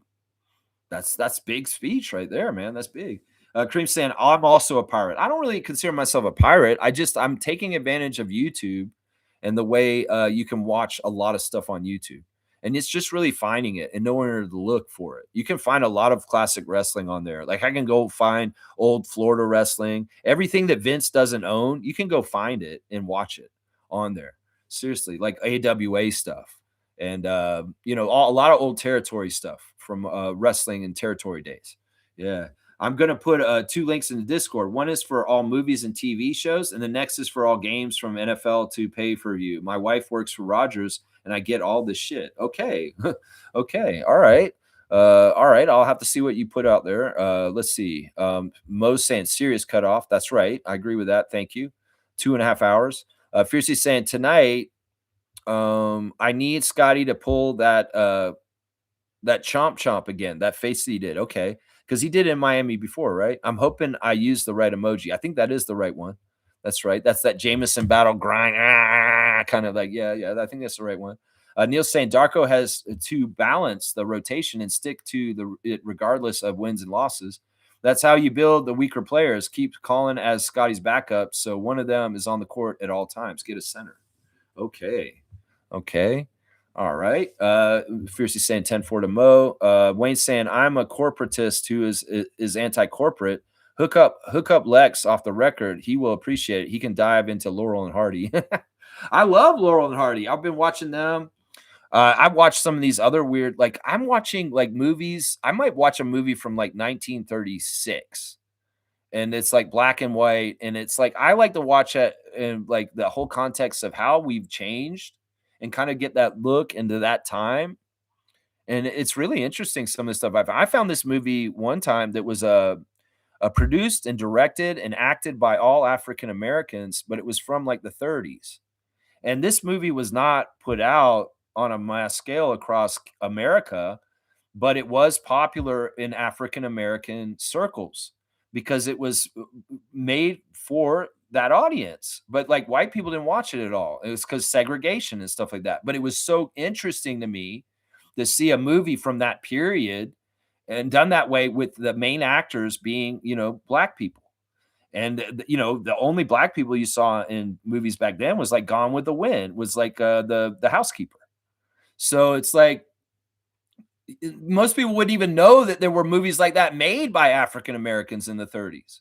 So watching a movie like that, an early talkie that was absolutely a wholly African American production in every sense, financed, written, directed, acted, and seeing what the story was and what it was all about in that time period, it was absolutely fascinating.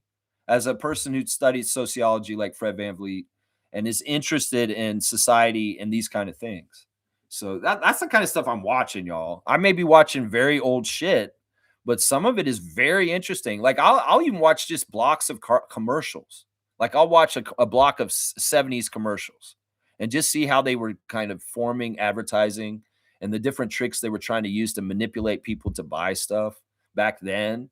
And, of course, there's rampant sexism and racism and all kinds of media from back in the day. Certain jokes were okay back then that are way not okay now. And it's kind of interesting to go back in time and see, wow, that would not have flied then. And wow, that is very blatantly racist. And in some ways, that's sexist. And no wonder there's gender roles enforced in this way and this way, because the programming from the cartoons and the commercials that I saw when I was a kid were programming me in some ways. You know what I'm saying? You go back and you recheck with stuff as older and wiser and a different perspective, you can actually see some of the old ways that maybe you were manipulated when you were younger and you didn't even realize it because that was just the world you knew at that time. It's very fascinating stuff, man. Really, really fascinating. I love this conversation with Wayne here, but we do need to wrap it up. Cream saying question, and it may be foul. If we had traded Scotty for KD like 3 years ago with the Nets, do you think we could have won a chip? We still had OG, Fred, Pascal, and of course, Malachi, Jeffrey Jordan. I don't know. That at that time we know Kevin was very injury prone, and in some ways he wasn't totally the good citizen he's being for the Rockets right now. Maybe he would have been a good citizen for us, and he would have embraced it. But man, that's too much a gamble. And I think at that time our stance on we don't want an aged Kevin Durant who's closer to the end of his career than give up a guy who just started his career and has a whole promise going forward. That was the non-starter for everybody. And even the idea of doing this just because Fred's coupled up with Kevin in Houston Doesn't mean necessarily it would have worked up here. And I don't think anybody was about trading Scott for nothing. Seriously. And I think we're still like that. I think that we still should be like, this is non negotiable. This is not even on the table. Don't even come towards us. If you're trying to talk to us about acquiring Scotty Barnes, it's not happening. And it should be that way. It should be that way. Kareem's got the cutoff. I like it. Kaloy's saying, I pirate everything as well. This is my way to fight the system. Yeah, I mean, I'm not gonna say that's what I do. I just watch free YouTube and the ads and whatever. That's it. That's it. I don't care. Superfan saying, if focus yes, in reference to Mobamba, we need a guy like him. So you're still a thumbs up on Mobamba. You've been consistently kind of into Mobamba for years. I know this. I know this because we brought him up in the past. And Mo says yes to Mo. Mo knows Mo, and she's saying yes. Go get Mo, Bobby. That's right. Neil saying the original Star Wars is based upon the technology of that time. Newer Star Wars will feel different because the industry and technology have changed. By the way, Stargate SG-1 is better. Battlestar Galactica reboot is better. Well, hey, I mean, I'm not going to argue with any of that. You're exactly right. But I don't know about those shows, so I can't say if that's true. I'll say about the technology stuff, though. Kaz saying, I'll be waiting for that link, KT. Kaloy saying, there was a time I thought Malachi was going to be better than Prashard. Wow. I didn't never see that time. I don't know. Wayne saying, your choices of viewing content, Lex, is excellent. 100%. Not being critical. You got it right. I mean, in some ways, I see a lot of just junk that people just fill their heads with, and maybe some people say Survivor's like that, but there's a lot of deep stuff to Survivor. There's a lot of deep stuff, and some of it's mirroring society, and some of it's just like teaching society also. And there's the strategy aspect of it too. And there's a whole history to it now, having 50 seasons. They're starting the 50th season next February, and it's going to be very interesting. They've got like a lot of players, and they're all returning, and it'll be a fun season. And the fans get to decide things. The other thing they're doing with Survivor next season is they're going to have celebrity appearances on the island. They're going to actually bring in like celebrities during the game, and they're going to be giving them the challenges. Like Mr. Beast is on the next season of Survivor, and he's going to come in and do a Mr. Beast challenge for the survivors. So it's a fascinating show to me. And the fact that they can keep it fresh and still have the audience that they have 50 seasons in with Jeff Probst is absolutely an accomplishment. Survivor is an institution. And in some ways, it may be old to a lot of other people, but to me, they keep it fresh, and it's exciting every time I see it.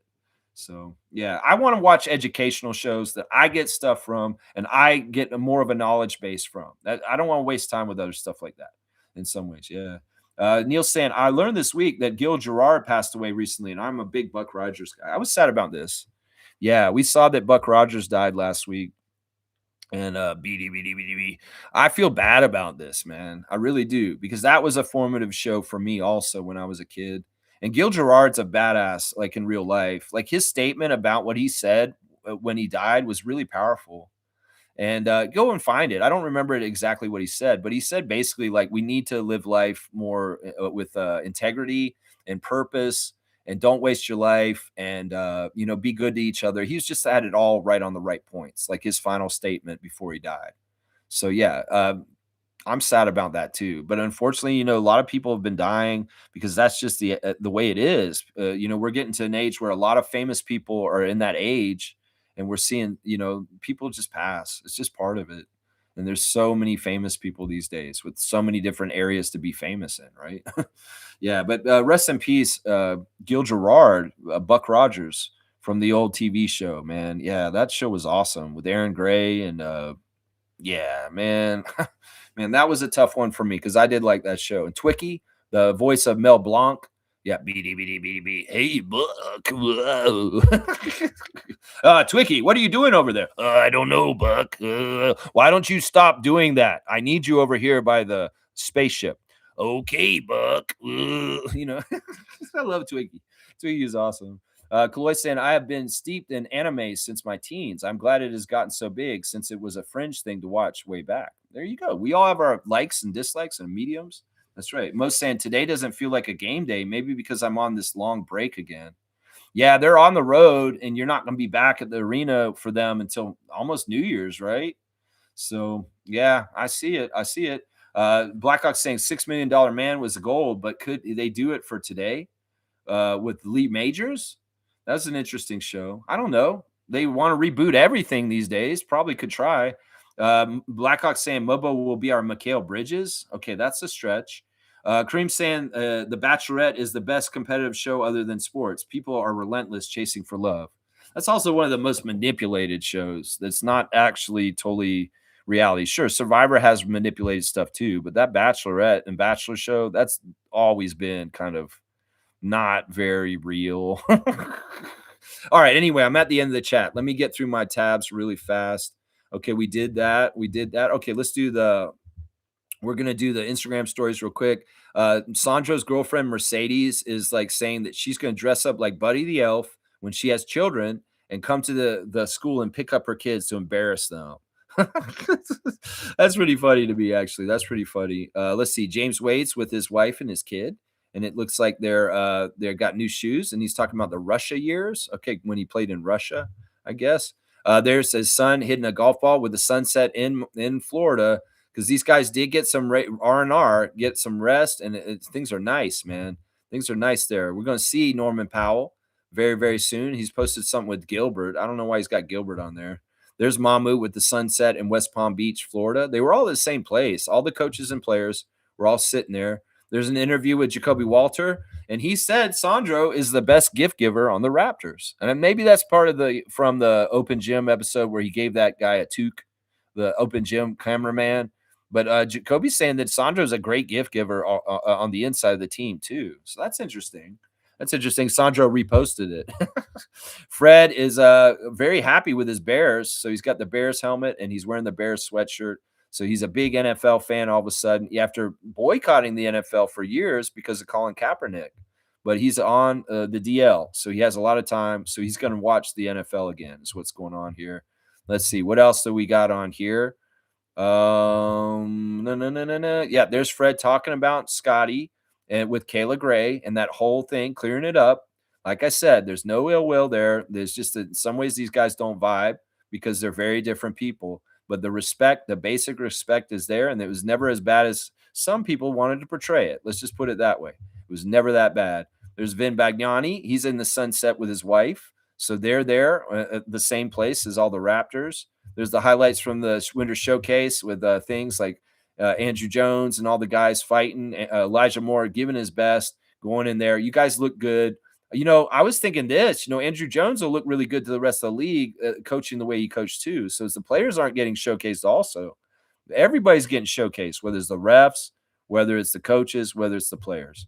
They're all getting showcased. Toronto Tempo had a world basketball clinic with a bunch of young people there playing basketball and celebrating basketball for World Basketball Day this weekend.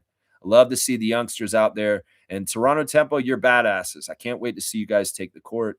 It's going to be such a great year coming up. Jamal Shed is at the sunset in West Palm Beach with his teammates, and he zeroed in on Jamison Battle and Colin Murray Boyles, and Jamison's wearing shorts. So, yeah, these guys are somewhere better than Canada right now as far as weather, and that is good. Because we want them to get rest because they look so tired on Sunday. There's Emmanuel with the sunset. There's Jacoby with the sunset.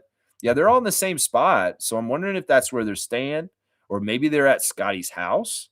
Could that be where Scotty lives now? Like his place in West Palm? You know what I'm saying? I don't know. Let's see. Let's keep going in the tabs. Let's see what else. Jack is pushing his holiday album. Of course, if you buy Jack Armstrong's Christmas album, the proceeds go to a really good charity and cause. So maybe that is something you would like to do. Let's see. RJ's got a picture of him filming a Puma commercial. That's what he's been doing a little bit with his off time. AJ Lawson. Let's see. I don't even know what that is. Anyway, I'm done with the Instagram stories. That's it. Raptors Reddit. Do I care? No, I already looked there. I did that. All right. Let's see. Is there any breaking news about the Raptors? No, I do not see any breaking news about the Raptors on Blue Skies. Let's go ahead and do the classic card. Oh, wait, I got the Straight Goods on Canadian Goods. A great company that I'm buying more and more products from is Neal Brothers. Neal Brothers, this is a tomato sauce for your pasta. This is salsa for your chips. They are amazing. These are all, I'm going to get a whole starting lineup out here. Then we got the barbecue sauce that I've been pushing too. I love this stuff. This is a classic and chicken and ribs, chicken and ribs, classic barbecue sauce. This barbecue sauce so good. Neil Brothers is a fantastic brand, man. I'm telling you, they're high quality and they're here in Canada. And if you buy these products, you're supporting Canadian industry. You're getting more jobs for Canadians, and you're keeping the money in our economy. So if you see the name Neil Brothers on a product, other than their chips are kind of manufactured in the States, but all their sauces are done here in Canada. And you'd be my best friend if you buy Neil Brothers. And I'm telling you right here, this stuff right here, this one, this is the good stuff right here. The classic barbecue sauce. Woo-wee! Ooh, man. And I know barbecue sauce because I grew up in the South. And in Tallahassee, we had Sonny's Real Pit barbecue sauce. It's so good. This is the closest thing I've ever found up in Canada to that Sonny's Real Pit barbecue sauce, that sweet and smoky barbecue sauce they got at Sonny's. Yeah, so highly endorse this stuff. So get it. Get Neil Brothers. That's what I'm saying right there. That's right. That is right. Blackhawk saying my grandmother loved Twiggy, which was funny because she wasn't a sci-fi person. Even Kit had her cracking up. Twiggy, the model, the very skinny British model, Twiggy. No, you mean Twicky.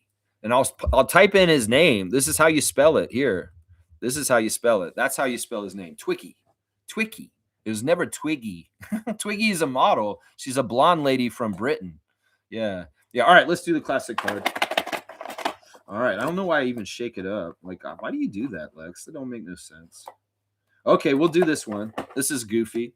All right, guys. Classic card of the day. First person to write the full name answer in gets the points. Here you go. Who is that? That's too easy.